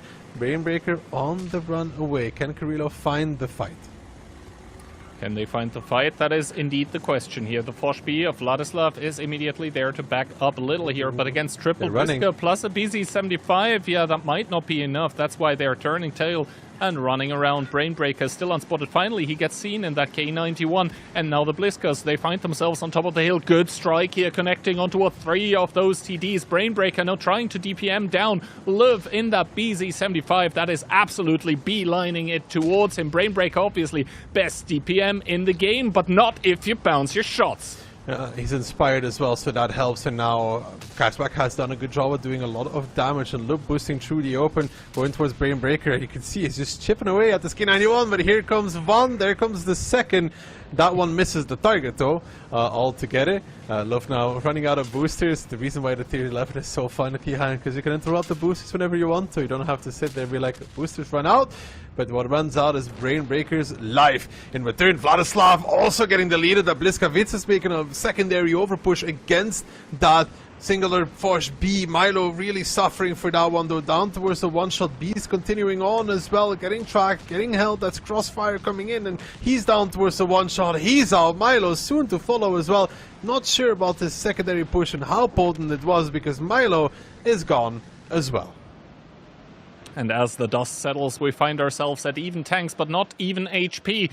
Also, Templeton taking another shot of damage down towards 240. Even with the ability, he's probably not going to be able to keep himself alive against another shot from any of those Cashback tanks. And remember, Cashback still with that double light advantage against the singular one of Dopa Deepa in that RHM, but he's also lower HP. He cannot take those 1v1s. Currently, Liberty taking a strike here, and that puts the Bluskowitz of Templeton in a big predicament, because strike now available. If they find that Polish TD, he's definitely going to go down. And you can see Cashback taking all the neutral objectives here around the map now. Liberty taking the info tower as well. There is an artillery tower that they're not even opting to go for, but yeah, Little here finding the kill on towards Templeton. They don't even need to use the strike. They have everything that they could want. They have the map, light tank advantage, HP advantage. Cashback coming into this first game here and making a statement against Kirillo. Even with losing that K91, the secondary push onto this Fosh B was so costly. I think it took them 3 Bliskowitzes to kill Vladislav, and honestly, I don't think that was very worthwhile, especially when you're already killing a K91 for free. Maybe repushing, grouping up and repushing south would be a potential. Aka, they're toying with this BZ, even takes a shot from that though. But, you know, Cashback does a great job at doing the damage though when these Blitzkriegers push in, and they don't let a single one of them really get out. I mean, Templeton survived slightly longer than the rest, but game impact not very high either. Yeah, no, I really think that this overpush on towards the Foch is what was ultimately costing Kirillo the game. They sacrificed a lot of tanks for effectively not really anything, because the Foch B had got to clip out the E50M. It didn't die. So, yeah, I think for Kirillo, you kind of have to call it quits after getting the pickup on towards Brainbreaker, because then you're actually in the position where you have more guns. Yes, the enemy team still has double light tank, but it's easier to play out than if you throw 3 Bliskers to the wind. So when you lose 3 tanks, it's pretty hard to win, yeah, to be honest. So,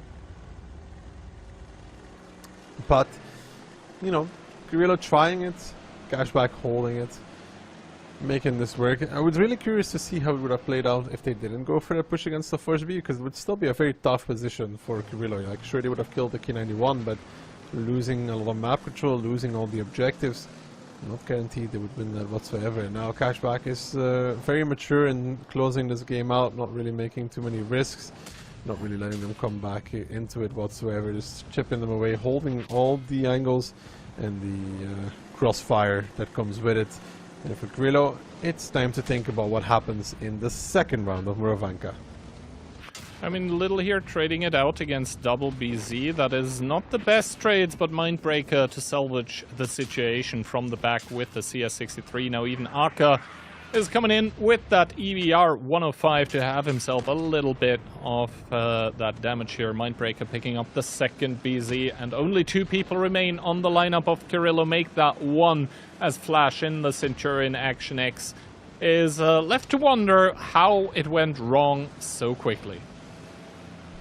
Yeah, that Blitzka push. I mean, Brainbreaker, if he would have gotten out as well, this would have been a disaster down 1-2 line. But that K91, not the fastest medium, so he decided to hold the position.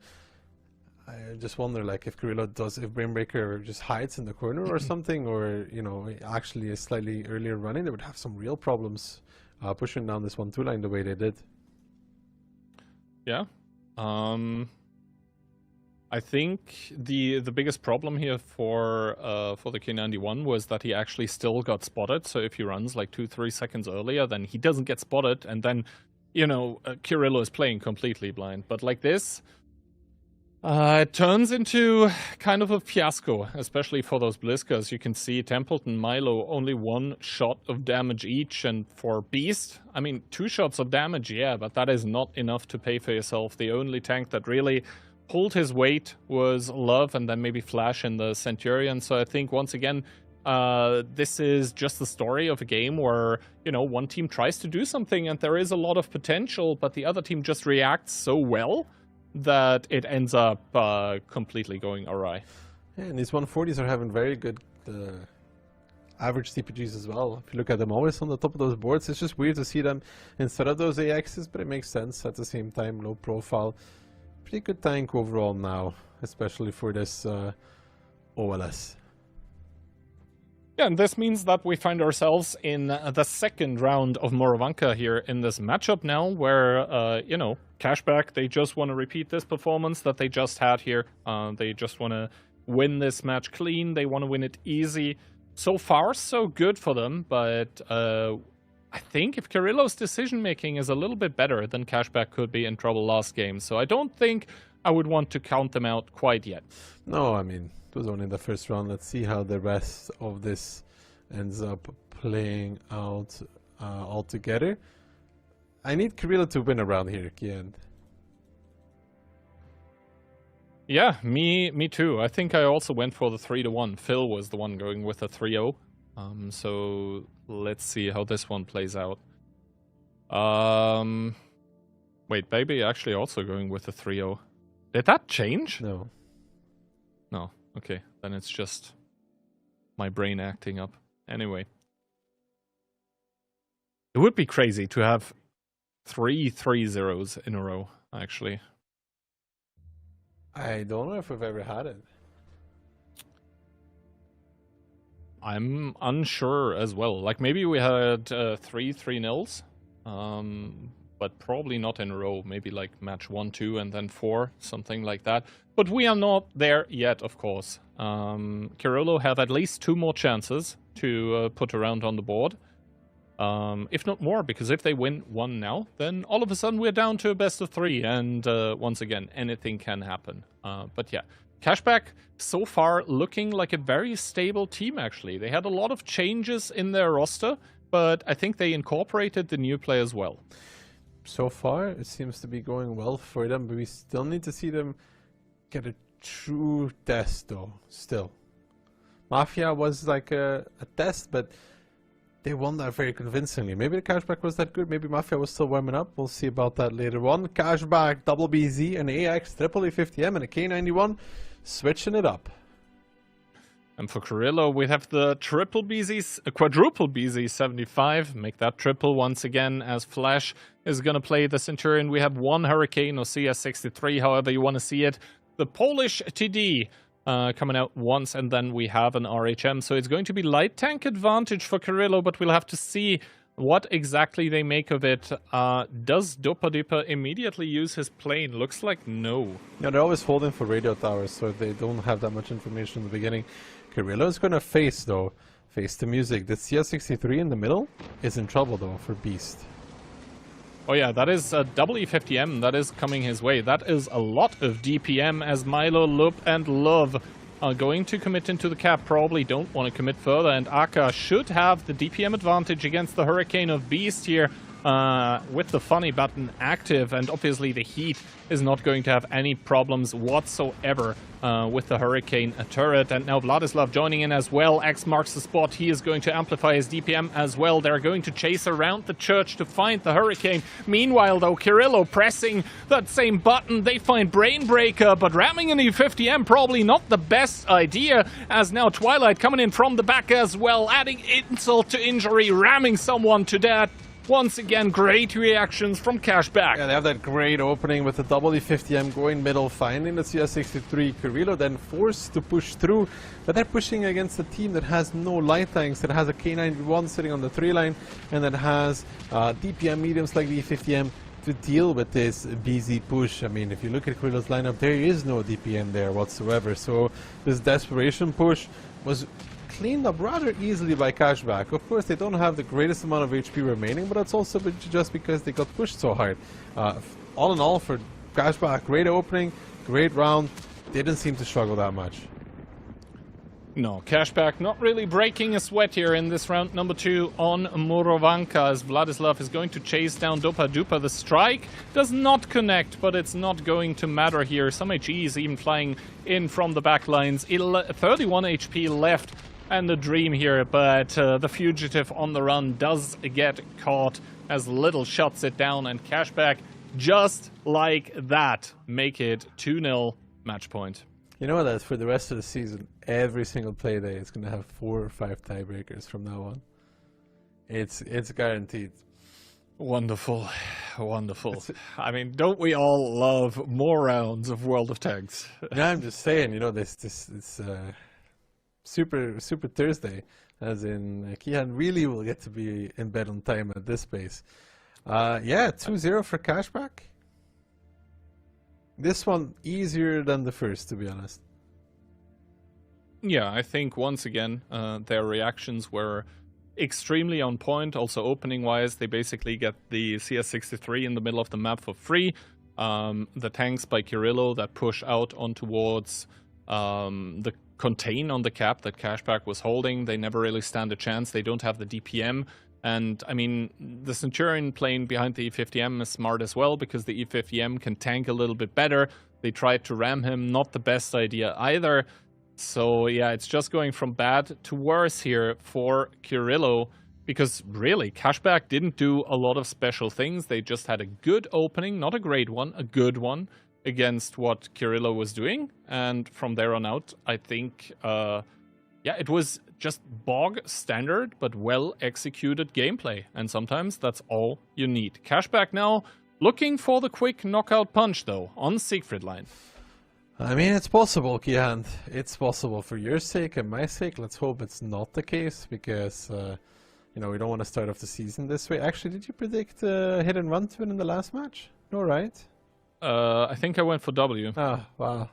You're just like Moff then. In shambles. At least I still fill my predictions. Moff is like, nah, I give up, man. Did he?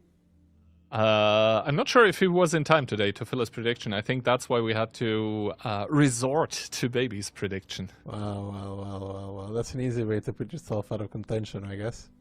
Mm-hmm. But yeah, Siegfried Line. What do you think of the map so far? I'm not sold on it fully yet, Kian. So far, we're seeing a lot of very, very slow battles. I want to see if somebody can break this this deadlock that seems to be on the map at some point. I think in general, games feel a little bit slower this season. Especially on like Ghost Town. Like the Moravanka games were quick, don't get me wrong, but like Ghost Town matches feel a little bit slower. Also Ensk matches, if you think back like 2 seasons or so, people were immediately committing with heavy tanks in towards cap and towards rails. That is also not really something we have seen yet. Although I don't think Ensk really changed, just the modifiers or the tanks themselves. Of course, from last season to this one, no modifiers were changed, it was just the tanks with the balancing. But yeah, I think Siegfried Line, being new, has still a lot of unused potential for plays. So let's see if either team is going to reveal one of those. We also on Tuesday, I think it was hit against Yogurt, where, you know, it seemed like Yogurt had a very, very good opening, and then step by step, Hit was just like, okay, you had a good opening, but now we are the better players and we are just going to win. Yeah, I'm just curious if there's something that we haven't seen yet on Siegfried Line that could break open these kind of plays that we've seen with, you know, K1 and A1 being taken and kind of playing slow and steady. That's what I'm looking forward to. I think maybe it should be possible. We haven't seen everything yet. We haven't seen quick cap plays, which I think have some potential as well, depending, especially when the team is splitting in the beginning. You can force them to push in, control the strikes. I don't know. Depends on how risky you want to play, right? Always does. So let's see what both teams are going to show us on Siegfried Line. Possibly the last round for both of those teams today. But of course, Kirillo don't want that to happen. First of all, though, Cashback coming in here, fully embracing the meta as well. IS-4, double Type 5, 140, double E4, and an RHM. Kirillo in return, 277, Type 5, 140, 268, double E4, and an RHM Panzer wagon. So some slight differences here in the lineup. The 268 can work, but we've also seen it can kind of explode. It needs the right engagement. It needs the right engagement. Also, I have to say, personally, I'm not a big fan of the 277. But maybe they're going to find a good spot for it, for Templeton, that is, as Brainbreaker in the 140 does not touch the info tower yet. Flash there, we can Liberty see him in the the line plane, of the information as well. Pay attention, Liberty used his plane. Rainmaker is going to get planed out in return. He's going to get reset immediately as well. Liberty planed something. I don't know what it was, but he used the plane, didn't find anything, and as a result, they tried to take the info tower themselves, but it remains, at the end of the day, that Dopa has a plane and Liberty doesn't have any. And we saw that on this map, that initial control, that initial information advantage can be very, very important. Brainbreaker is now going back to the spot that we saw a different 140 use last time, and he actually gets a good shot into the 277, but still, Templeton was able to get the artillery strike for his team, so a bit of utility advantage maybe for Kirilli here, because Dopa has the plane, as you said, while Liberty doesn't, and Templeton has the artillery strike too. Cashback forming up with a lot of their steel here in that double Type 5 and the E4 as well. Templeton, we see him here getting spotted, probably relaying that information here, trying to blind the 140, but he is going to see the explosion of the shell himself. He knows that he didn't hit anything as well because, well, his ability didn't tick up. Meanwhile, though, look, getting hit, getting out-traded in the city, not even able to retaliate. Twilight is going to start taking the information tower, though, getting spotted out. He will be able to take it all together. Templeton not finding the shot, instead taking one to the face. And as a result of that, information has been revealed. The good thing is that it wasn't on Liberty though, so he still doesn't have a plane. That's a big strike from Templeton as well, taking the next one. So he trades back that shot that he took by dealing 800 with the strike. So not really much change for Carrillo or cashback out of that. I mean, kind of tit for tat if you think about it, but Carrillo once again taking a lot of objectives. The 140 though getting reset in the info tower though, I think. Flash is now going to try and retake it because Dopa Dupa also doesn't have a plane. So the 140 of Carrillo now has the info tower as well. Once again, I think a bit of utility advantage for the team of Carrillo that have bled more though, down towards 20,600. Cashback still sitting on 22k. So HP advantage there for Cashback, and the info tower also did get used here for Carrillo. Yeah, neither light has a plane right now, but strike control is there for the side of Carrillo though. Aka not wanting to really contest that other strike anymore. I think Templeton, they're out trading Brainbreaker as well with the 268, so more damage being stacked upon Cashback as well. The cap got started there for a brief moment, it gets abandoned again, and they're gonna play the game of Templeton striking over and over.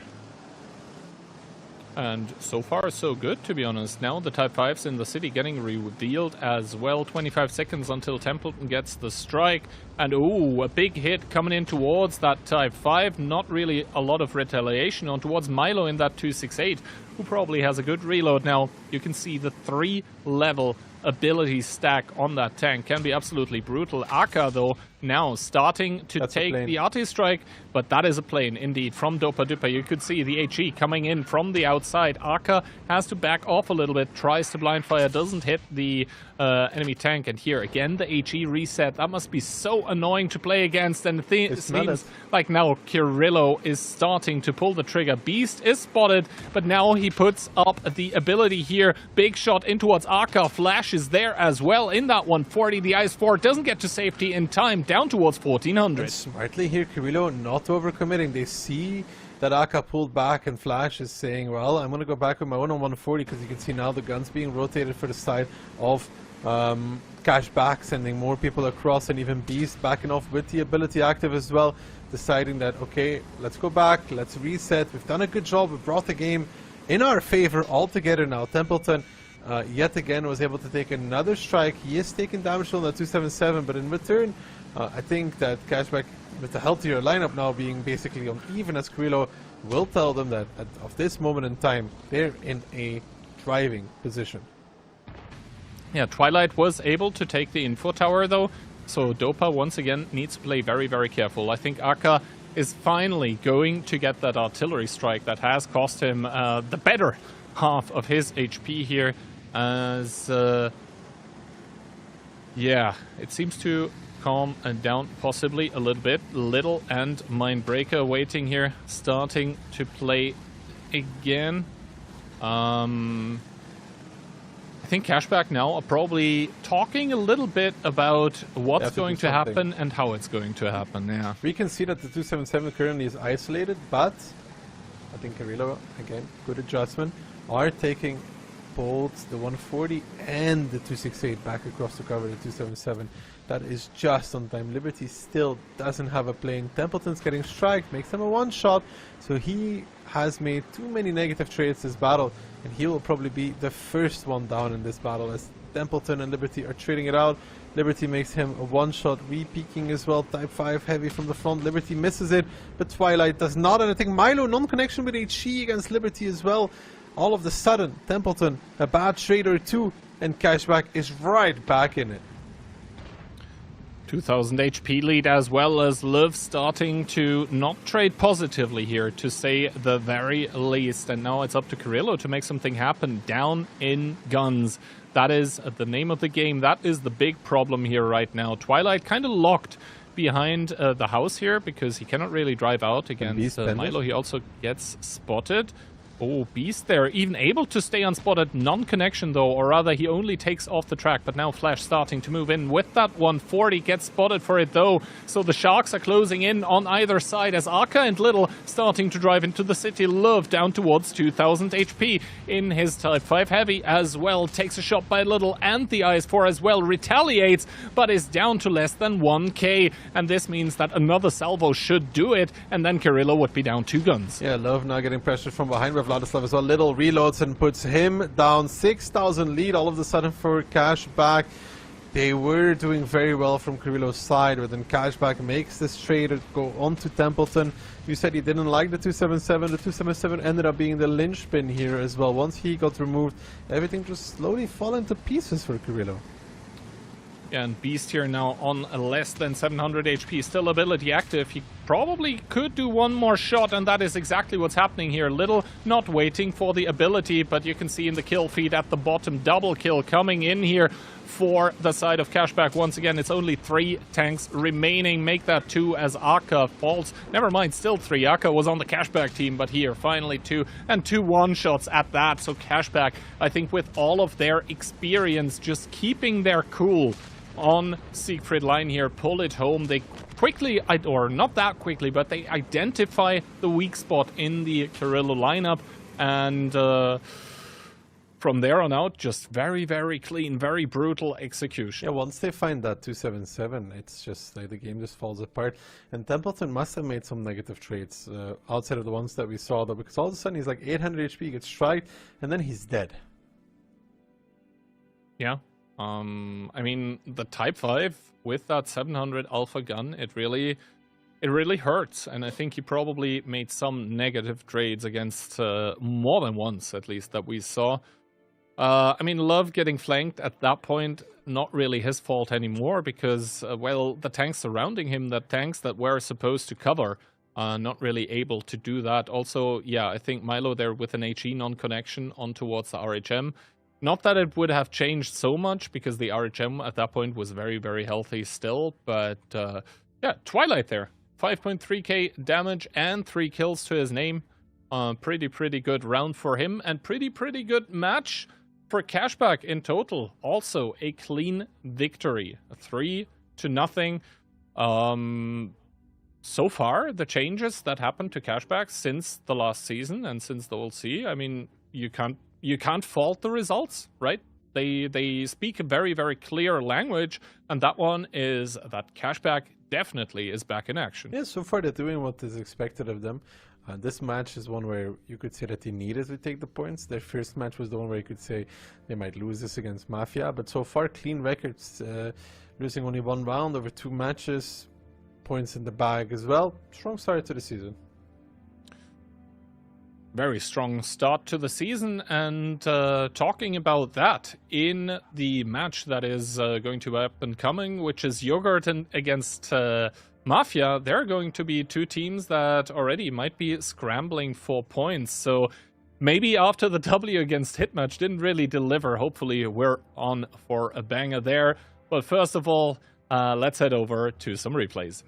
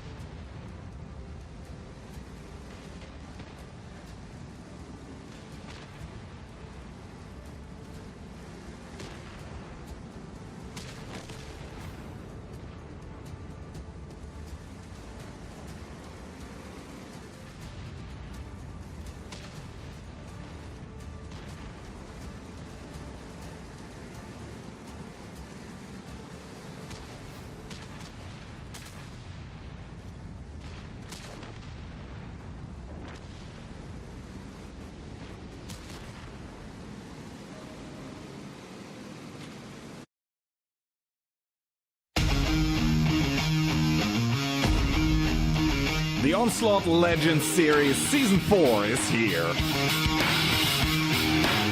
But Liberty finds Jockey, and Ketsai, the last one for his team, will not be able to pull the 1v3. The Onslaught Legends series champions will be Cashback. They do complete the Cinderella story. Finds Akka and it's Twilight and Liberty left one ring because it's not going to be the Ukrainian team of Cashback. It's going to be W from the pits of hell coming through the lower bracket.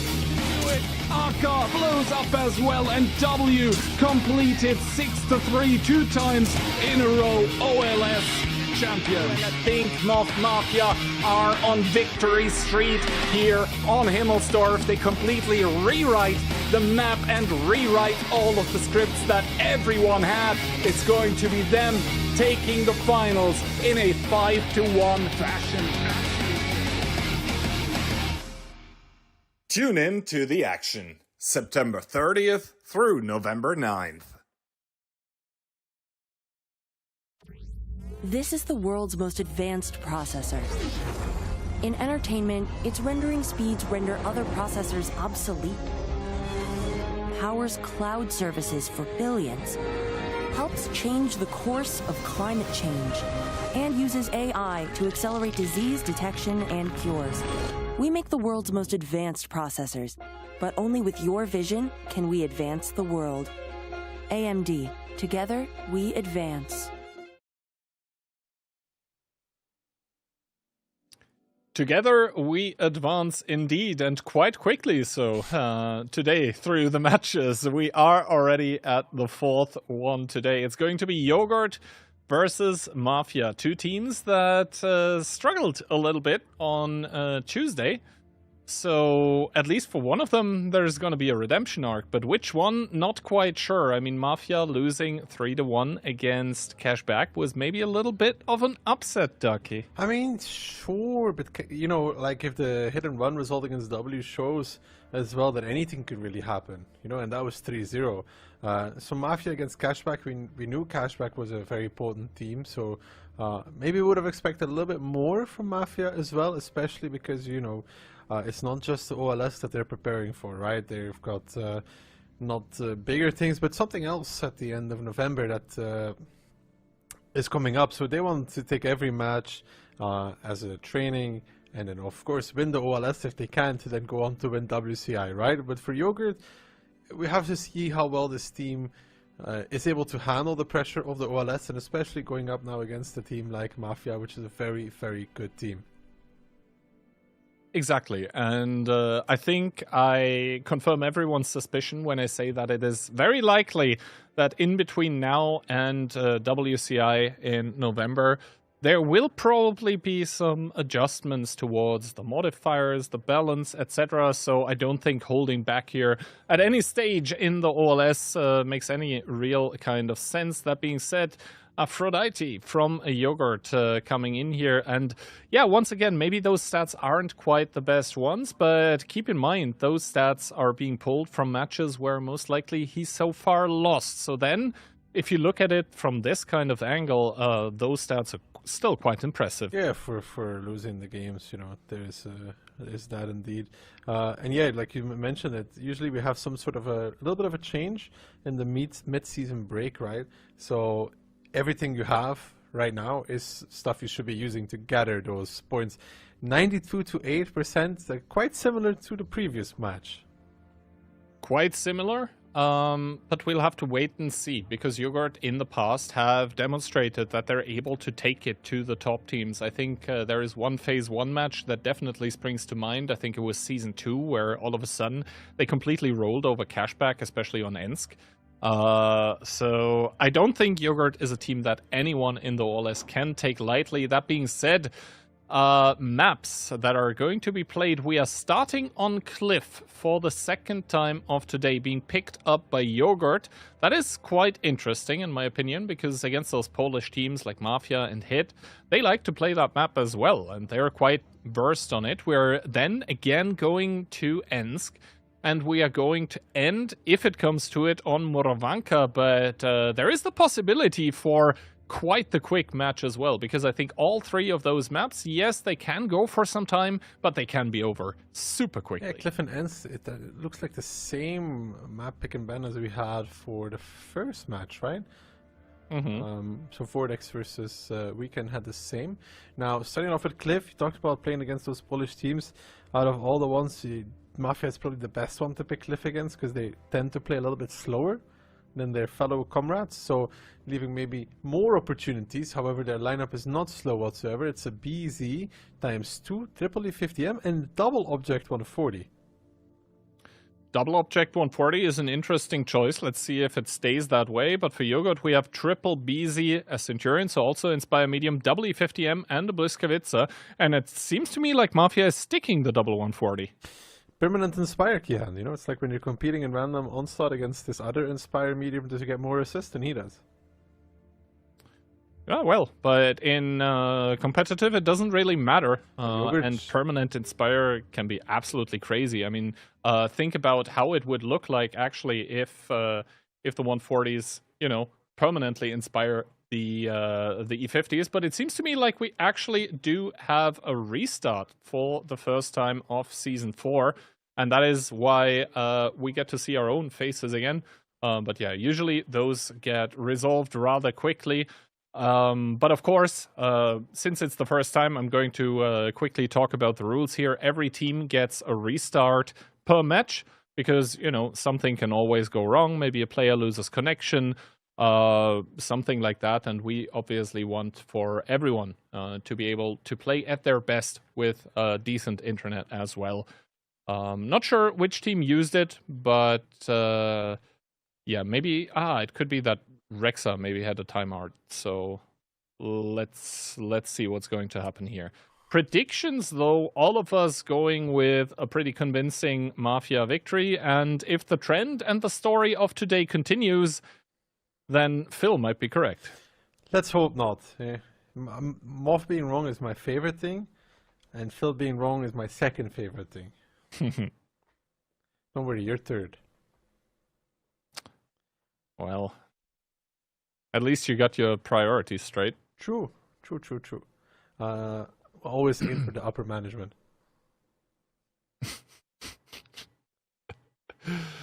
But yeah, it seems like Rexar has completely timed out. Maybe, you know, internet connection dropped. Normally, being from Germany, I exactly know what that feels like.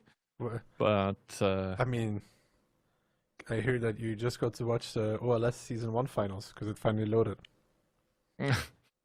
No, don't worry. I'm using Firefox. It's okay. The double 140 is interesting, though, because, you know, those Inspires are definitely going to run into each other, you know, and it doesn't stack. I mean, I think Rexa was one of those 140s, right? Maybe he just didn't switch away because he had because he had a timeout, so he couldn't change his tank anymore. So I think it's not a 100% given that we are going to see it. Nevertheless, the fact that we are talking about it being a possibility means that, you know, it could actually be intended. Yeah, it's just the double 140, you know, the Inspires will run over each other. Imagine the Inspire stacks, though. I mean, that would be ultimate craze. Imagine the Onslaught 7 140s. Tell the Onslaught developers to turn it on for one day. The Inspire stacks, you know. And then it also compounds, you know. Yeah, it doesn't like add, it multiplies. Yeah, it's just a compounding effect. All of a sudden you got like a 1 second reload 140 blasting through everything. Would be absolutely crazy. Imagine 6 140s and then a K91 like brrrt. You would want to think that. Well, no, you would pick another 140 then, because you need the maximum compounding. There'd be no room for another tank in it. It seems like you're right, though. The lineup now, it's triple BZ, triple D50 and 140. It makes a little bit more sense. Yeah, I think so as well. Yogurt coming in with a double BZ, Centurion, triple E50M, and Bliska. Though, as of course the restart was called during the countdown, the teams were free to switch around the tanks as they pleased, because of course they could be, like they see in the post-battle result what was picked, even though they may not have spotted the tanks in the game, so both teams were completely free to switch up their lineups. But, you know, even though there are not so many switches in the lineups here, actually, especially on Cliff, I think it's very important that you're able to play multiple strategies with one lineup as well. Just because you pick the same tanks doesn't mean you're going to play the same thing, as Mafia are opening up with 6 tanks towards the middle, only Conrad in the E50M being split off towards the 1-2 line, and for Yogurt, it is 7 tanks middle. 7 versus 6 with 1 E50M coming in late for the side of Mafia, just spotting at 1-2 line. But you can also see Mafia has no intentions of fighting middle in the beginning. Profuse will be crossing towards that position in D3 without taking any damage. And now Yogurt arrives on the middle. What is the next move for them? Well, first of all, Kono takes 1000 damage in that E50M, bit late to cross towards the building here, and I think Yogurt, they were hoping for an initial engagement in the middle of the map, but Mafia did not give it to them. But now, maybe a little bit of a problem, as Conrad able to provide crossfire, but Yogurt ahead mentally here, sending the E50Ms over, but they're taking a lot of damage for that. They wanted to triple team that E50M of Conrad here, that is beelining it out of there, and rightfully so, takes only 2 shots of damage. That could have been a disaster, but it was avoided by Mafia. So they do a good amount of damage on the crossing. They're up about 4000 HP now as well. They have Inspire, and most of all, they're starting to bully back this top ramp position as well, which is a very important one. Yuzek already starting to put a little bit of aggro there together with Marcel, and they're going around the hill now as well. Mafia doing a good job at holding off this initial aggression, this attempt, let's call it that way, from Yogurt. They don't have the top of the hill either, and where one angle gets cleared, aka the E50M of Conrad, another angle is being created around 9-0 line. Yeah, Kono with a very good rotation here around the hill with the E50M is going to provide side shots in towards those tanks that are stuck below the hill from Yogurt. Currently, you can see Rachmedik already taking the first shot of damage here. Love, though, making it up the hill with the Centurion. He could provide some cover fire, but Rachmedik really dropping down low, 193 HP, and he's gonna get picked up. Marcel, the one to claim his scalp. Yeah, Mafia just completely dominating Yogurt in round number 1. Yogurt wanted the fight, they couldn't get it. They then get baited towards 1-2 line by Conrad. And now it's a desperation attack. It's really open towards the position of the 140. It gets shut down rather easily for the side of Mafia, and Yogurt dying moments in battle number 1. Good start by Mafia. They show that aggression doesn't need to be the name of the game. Just hold back, wait a second, watch what's happening, and react accordingly. Absolutely. I think Mafia outplaying Yogurt here on rotations on a tactical level. Just always immediate answers towards what Yogurt was doing. I think if Mafia react a little bit slower, then there is the definite possibility of losing this game.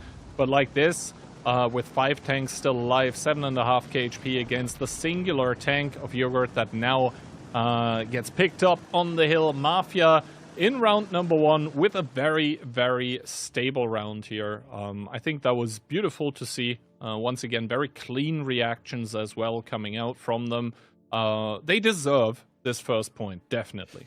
It was, I mean, a flawless approach for them, setting it up. Conrad backing off on time. Could have taken 3 shots, but even if he did, they did more than 3 shots on the crossing towards those E50Ms. And more importantly, they opened up the positions, opened up the top ramp, and opened up around the hill, which Kono fully exploited.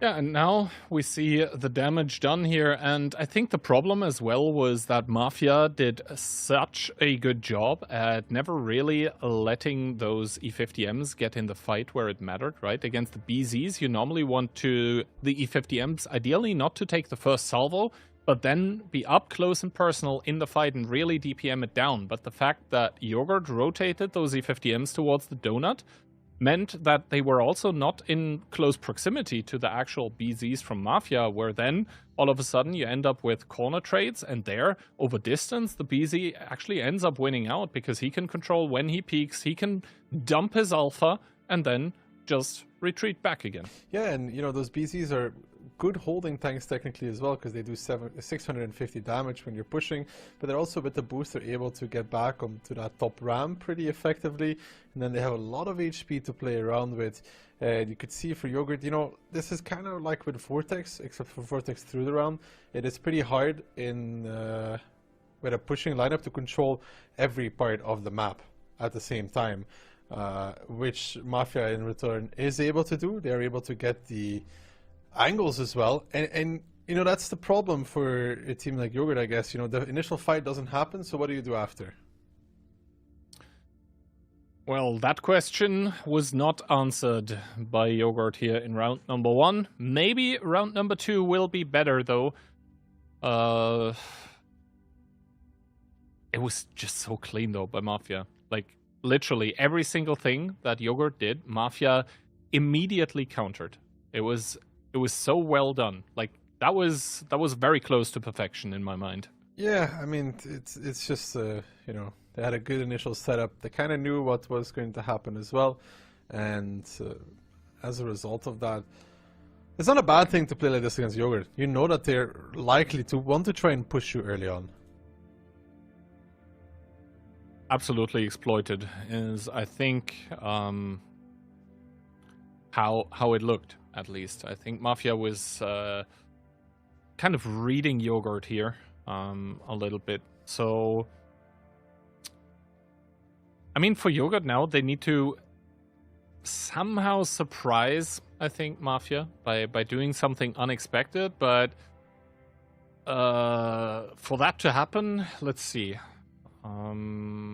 Ooh, it looks like Yogurt is trying to surprise Mafia in some way, shape, or form. First of all, the Mafia lineup: quadruple BZ, W50M, and the 140 box standard.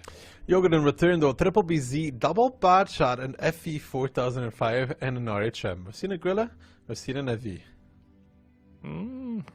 Let's see if... Well, the Grilla lost already. Let's see if the Stage 2 can do better. First of all, where he's going to position himself. I think that Yogurt should spawn north. Normally, mostly you expect the Stage 2 from the south side, but it can obviously be played from either side.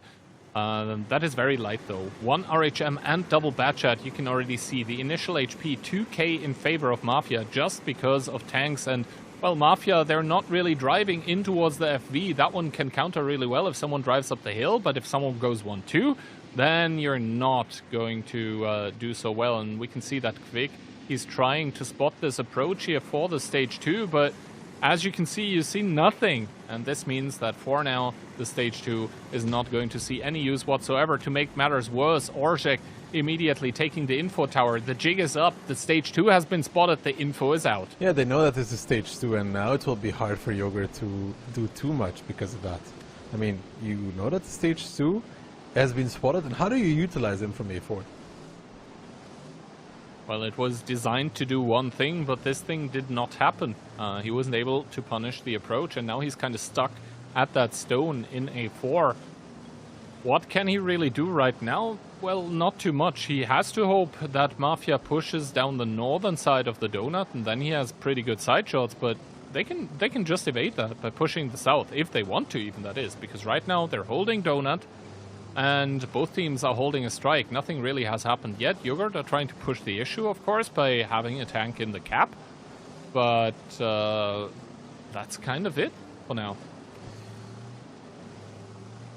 I mean, this one-man cap gets reset constantly by the RD strike. That's not a problem. The bigger issue is now that, of course, Mafia doesn't want to cross the open and cross the F line unless absolutely needed, and they only have one BZ on the 6th line themselves, so they are crossing now with their BZs. Kono taking one from Shelby. At least Shelby is not shooting the guys crossing over, you could say, but Barkis and Marcel are arriving. Konrad in the meantime might try to challenge a little bit as well, but he's starting to get clipped from behind by that bad shot. The first and the second shot coming in. Marcel now taking damage as well. Barkis arriving, and he might get tapped by the FV. No shot just yet. The cap does get reset. Barkis getting a non-connection even on the back, but so far Yogurt making some pretty good trades. Yeah, the trade so far by Yogurt, very, very good. Kono is now starting to pick up the second strike, but there it comes, the big slap, the 183mm shell to double it up with the artillery strike, slam, and dunk. Yeah, the funny thing is that he can normally boost with the BZ in a way that he does it safe, but Marcus just goes for it, and Aphrodite does not miss the shot. As a result, Mafia down 4,000 HP, but most importantly, down a gun. The 140 now leaving the K5 position as well, starting to move down. Mafia are going to try something here around the hill. Well, and they need to. LaVey is going to be the tank that gets pushed up on. Profuse now spotted though by the other Batchat. There is 2 of those there. Profuse cannot drive up the mountain here. This means that LaVey for the time being is kind of safe here, but for how long is the question. Now Profuse starting to drive in is going to get spotted, but there is a secondary tank, the BZ. LaVey now realizes he just needs to do his clip. They cannot really split the clips in between both of those tanks, but now they're starting to have to. An artillery strike as well to support it, but LaVey starting to run out of HP, but from the back lines there are more tanks to put the damage. Profuse is dying. That's the Inspire medium gone. Yeah, that 140 trying his best, but dealing with 2 bad shots, not a great scenario. Now in the middle of the map, there's more pressure being put by Mafia with the 50Ms. They know that the Stage 2 is currently out of the game, but who's going to be out of the game soon as well is Marcel and Conrad. Here comes Invo, here comes Shelby coming for clean up duty on aisle 2, but the first one getting cleaned up is Invo, and that bad shot pushing across, and now Kvik pushing in with the RHM as well. Yusek mad as hell coming down, pushing that RHM out as well, and has Yogurt made a mistake as they're losing Kvik, and now Shelby on quick retreat as well, but Liquor now coming from the different angle. That is another refocus for Mafia, and all of the sudden Vortex comes to mind as Liquor is now, where's the team? Where's the team? He's fallen. He's not gonna get up either. He might get Conrad with the ram. No, Conrad dodging that one. Yusei coming in once more with the ram, cleaning it up, and all of a sudden 3 tanks left standing for Yogurt versus the 5 from Mafia.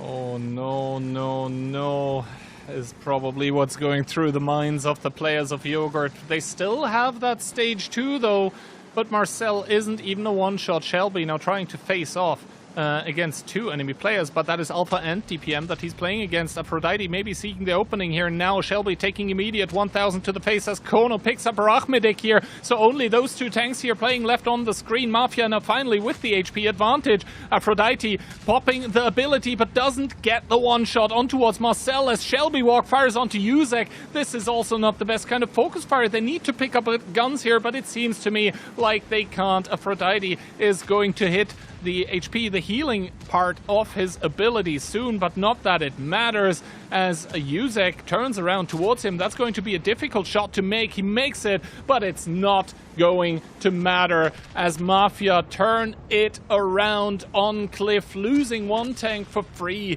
but doing the Vortex and then losing the game in turn 2-0. Hard watch. Hard watch when it starts falling to pieces. The bad shot YOLOing way too hard, getting picked up by everybody. Yusek arrived at the perfect time, let's put it that way. He came stampeding in onto that. The bad shot just explodes. Then the RHM's like, uh-oh, help, help, help. Then they have a PC driving down the middle, coming from a bad angle as well, getting focused. That was tough. That was tough. That was... Yeah, you said it. It was a hard watch. I mean, Aphrodite getting 4 pins, but let's put it like this. It wasn't the stage 2's fault, actually, that this setup lost. I think the decision-making by the players of Yogurt around the hill was... let's put it like this. There was a lot of space for improvement. First of all, they were trying to repush, and then they're sending the Batchat in front of the BZ, and then the Batchat YOLOs and dies because Yuzek arrives exactly at the right amount of time. Huge result, by the way, 8.6k damage in that E50M. But yeah, that was once again a train wreck from start to finish on that 1-2 line. Aye. Well, moving into Enski Hunt, nonetheless, tough though. Closing out the game is something that you need to learn as well, and Mafia is very, very thankful that Yogurt failed at it. Yeah, they are probably smiling, grinning ear to ear at this moment in time, because normally you're not supposed to win those, but seems like Cliff is a good map to make comebacks on, hey? Apparently. Apparently that is the case. Tough for Yogurt. Tough for our predictions as well, Kian. That was the one round that we predicted, exactly. Right? That was the one that was meant to be was our the prediction. One. Man, throwing our predictions. Well, let's see if Yogurt are going to recover, because I think the hardest thing for a team is losing a round like this and then immediately having to play another one, right? Because you know you should have won this, and you didn't, and you know why. And the other team is probably going to be in high spirits as well, just like you're in low spirits right now. So, yeah, let's see if Yogurt are able to shake themselves and shake off the mountain that you have to climb mentally after something like this, or if Mafia are going to just complete, I guess, Whitewash Thursday is what we would call it then. Kian on bed on time on Thursday.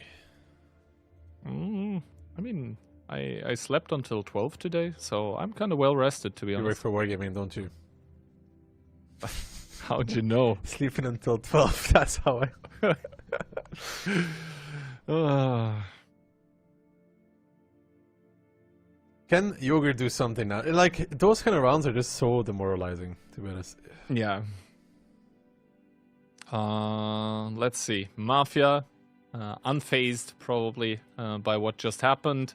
On match point now, trying to finish off the match. And it's going to be double BZ, a type, 140, and triple E4. Yogurt in return, triple E4 of their own, double Fush B, an Optic 140, and a type. So again, those BZs seem to be a steady pick on Cliff as well. But Ensk, it's not the first time that we've seen it. So you picked for a purpose. Don't like the tank that much in general. But, you know, sometimes you don't have to like it. It just has to fill in a tactical role. Exactly, so Yogurt fighting for survival here in this best of 5. They're putting all eggs in one basket, they're putting all tanks into the city. Meanwhile, Mafia mostly opening up towards the green. They're going to get control over that artillery strike immediately with the BZ boosting there.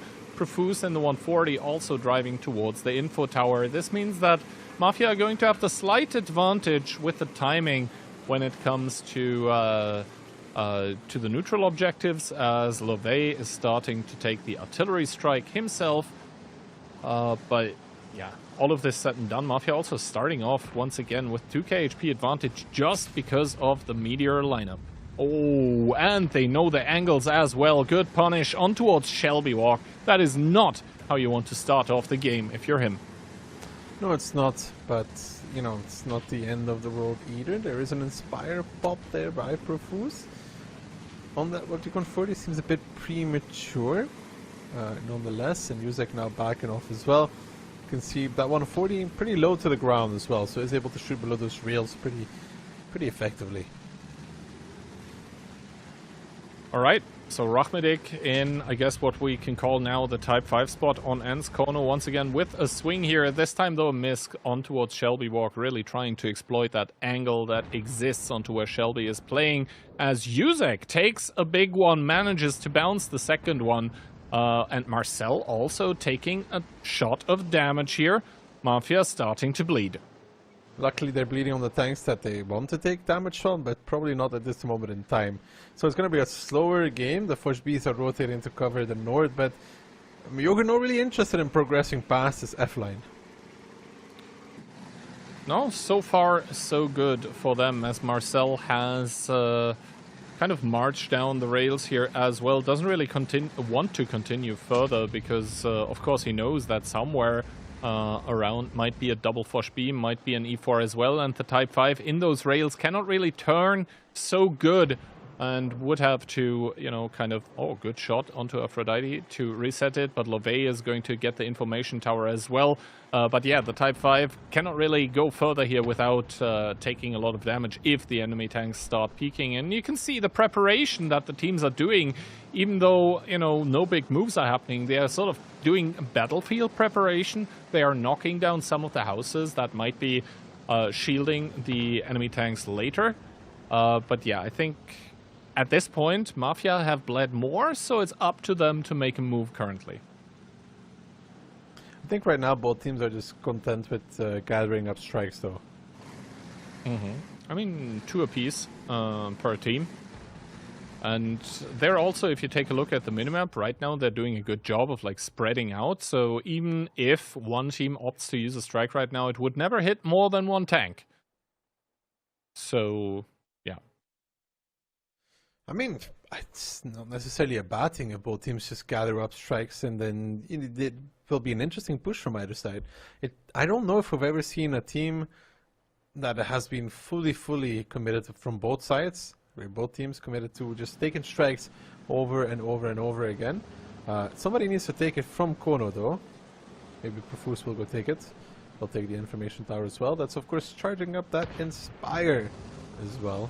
You know, because taking neutral objectives also gives you points towards the next ability. Yeah, Profuse is indeed the one that's going to take the strike here now.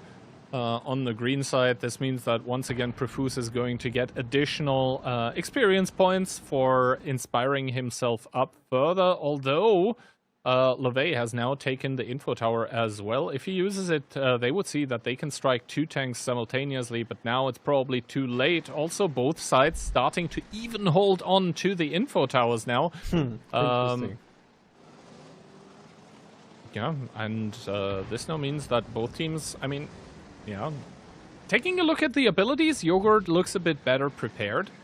Just because those E4s were able to generate damage towards the Type 5s. This is why they have the Juggernaut on level 2, whereas only Kono for Mafia has it on level 1.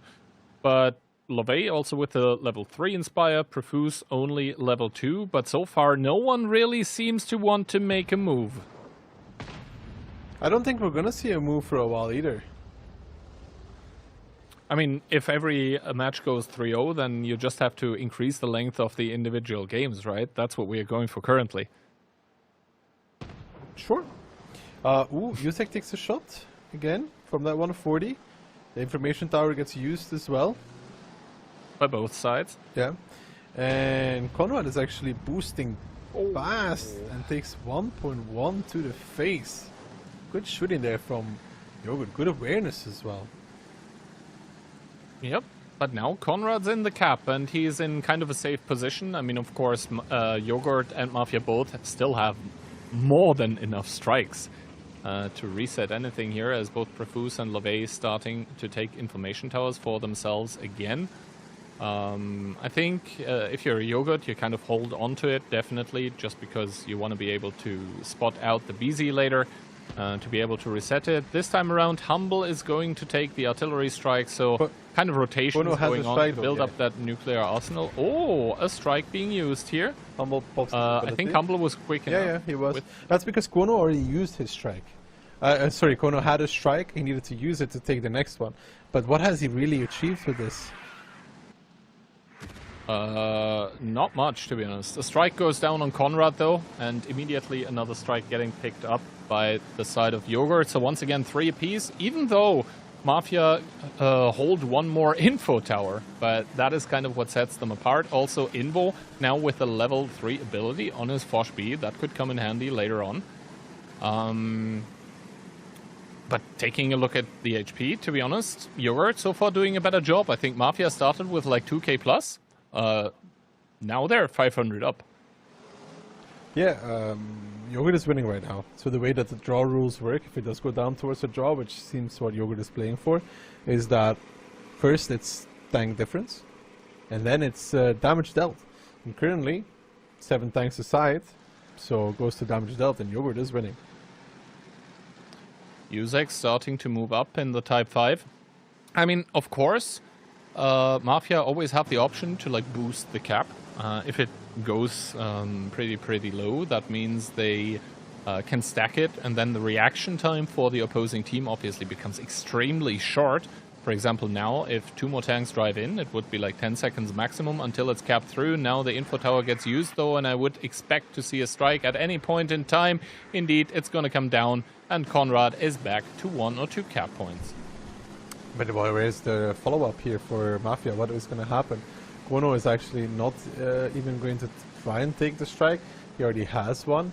He's instead going to let Perfuse come and take it. That's a double strike though from the side. That's another double. Shelby and Love taking a lot of damage here. And all of a sudden, Keyhand, that Yogurt win, not looking that great anymore. I mean, still, Mafia is currently up in HP. So they are... yeah, but only 1.5k. So still right now, Yogurt should be winning. Not sure how much HP the Foch B was able to heal back, but yeah, now we are starting to see the stacked cap coming in, the stacked strikes as well. Boom and boom goes the arsenal, but Aphrodite was able to mitigate some of that. 10 seconds remaining, the strike goes down again. 2 people in the cap though, as Bark is very close, and now we see both of those teams starting to spring into action. Shelby Walk getting caught a little bit down towards a one-shot, and Aphrodite now finding Orzhek here. Oh, and Orzhek minus 1500 as well. So Yogurt is retaliating, but keep a look onto that cap timer. Still Conrad in the cap together with Kono. Mainly the HP difference as well. Now it's 4,000 lead for Mafia. All of a sudden they come back into it. The strikes are being used on Kono and Conrad, so they're not hitting numerous targets like we saw Mafia hit doubles over and over again with those strikes. And Yogurt is going to be really kicking themselves after not just the cliff, but this Ensk as well, pushing a little bit too far forward and ended up in a bad position. They took damage, they took numerous strikes to the face as well. Kono getting reset once more, but it's not nearly enough. It's 6,000 down, and the cap is continuously ticking up. Marcel is going to face off there against Type 5. I think Liquor even missing the shot. 5 seconds left now, and even after all that has happened, the good things that Yogurt has done, it's going to be a cap out for Mafia. Base captured, and they end up winning 3-0 as well. But the scoreline may be a lie to how close some of the rounds were at the very least. Yeah, I think overall, Mafia, especially in this last game today, showing that they're able to keep their cool and to just wait it out, just wait for the mistakes that Yogurt ended up making in the end. There was a lot of good things that we saw from Yogurt, but, well, I guess there were more, even better things coming out from Mafia. I think Yogurt are really going to be kicking themselves about that second cliff round, especially. But yeah, this one felt more like a Mexican standoff, with Mafia having the quicker draw and the better aim at the end of the day. Those double strikes really hurting Yogurt as well. 6,000 HP difference at the end. So even if the game had been longer, and even if you know, they had somehow gotten the resets, then Mafia would have won regardless. Congratulations to Mafia also for getting such an, in the end, clean victory in terms of the score department. I think especially important after what happened on Tuesday, where they lost against Cashback. But overall, I mean, 4 matches played, 12 rounds total. And this means that Hit and, surprisingly, Weekend are going to be top of the board, shared first place, with Cashback being in second. Still 2 matches won with only 1 round given away to the opposing team. Then Mafia is going to be in front of W, who are in 5th place. Yogurt 7th place together with Kirillo and Vortex. Now 3 teams that have not managed to pick up a round yet. And on Tuesday, Ducky, we were saying, oh, everything is very close. But 3 teams without a round, that is concerning. Yeah, they're also close to each other in a different way. Yeah. Yeah, but still early, Key. Still early. Still plenty of play days to go, but some concerns, especially for losing games that should be won, right? So Sunday we see all the teams play again, but for like Vortex and Carrillo, you cannot be losing these kind of games that they were losing. No, absolutely not. And that kind of concludes the second playday of the first phase of OLS Season 4 here. we are going to be back on Sunday 2 hours earlier than we were today. It's going to be at 4 p.m. Central European Summertime or 2 p.m. UTC, if that is more your cup of tea. That being said, thank you very much for casting with me. And as today was such a quick stream with the minimum amount of rounds being played, I think that's a first. Most people probably won't have been able to claim their drops yet, but worry not, people. We are, of course, as always, going to raid Ducky on his own stream where those drops are going to be active, so you can keep claiming them. And so you'll be able, at the end of the season, to hopefully get the tank or whichever content you want that is in the token store. Personally, I really think that this season there are really nice rewards, like a Lens and C. Not the worst tier 8 even if you don't like it, book. the tank, you could still sell it or trade it in at some point. The Lansen is actually okay to play, like good gun. I mean, depends on who you ask. Yeah, some streamers have skill issues and can't mark it, but it really depends on the angle. It's not. It's interesting. Yeah.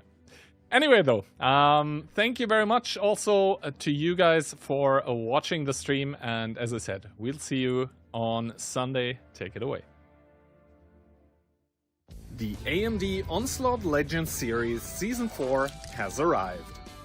And with it comes the chance to reward the players and yourself too. Boost the prize pool by purchasing team bundles.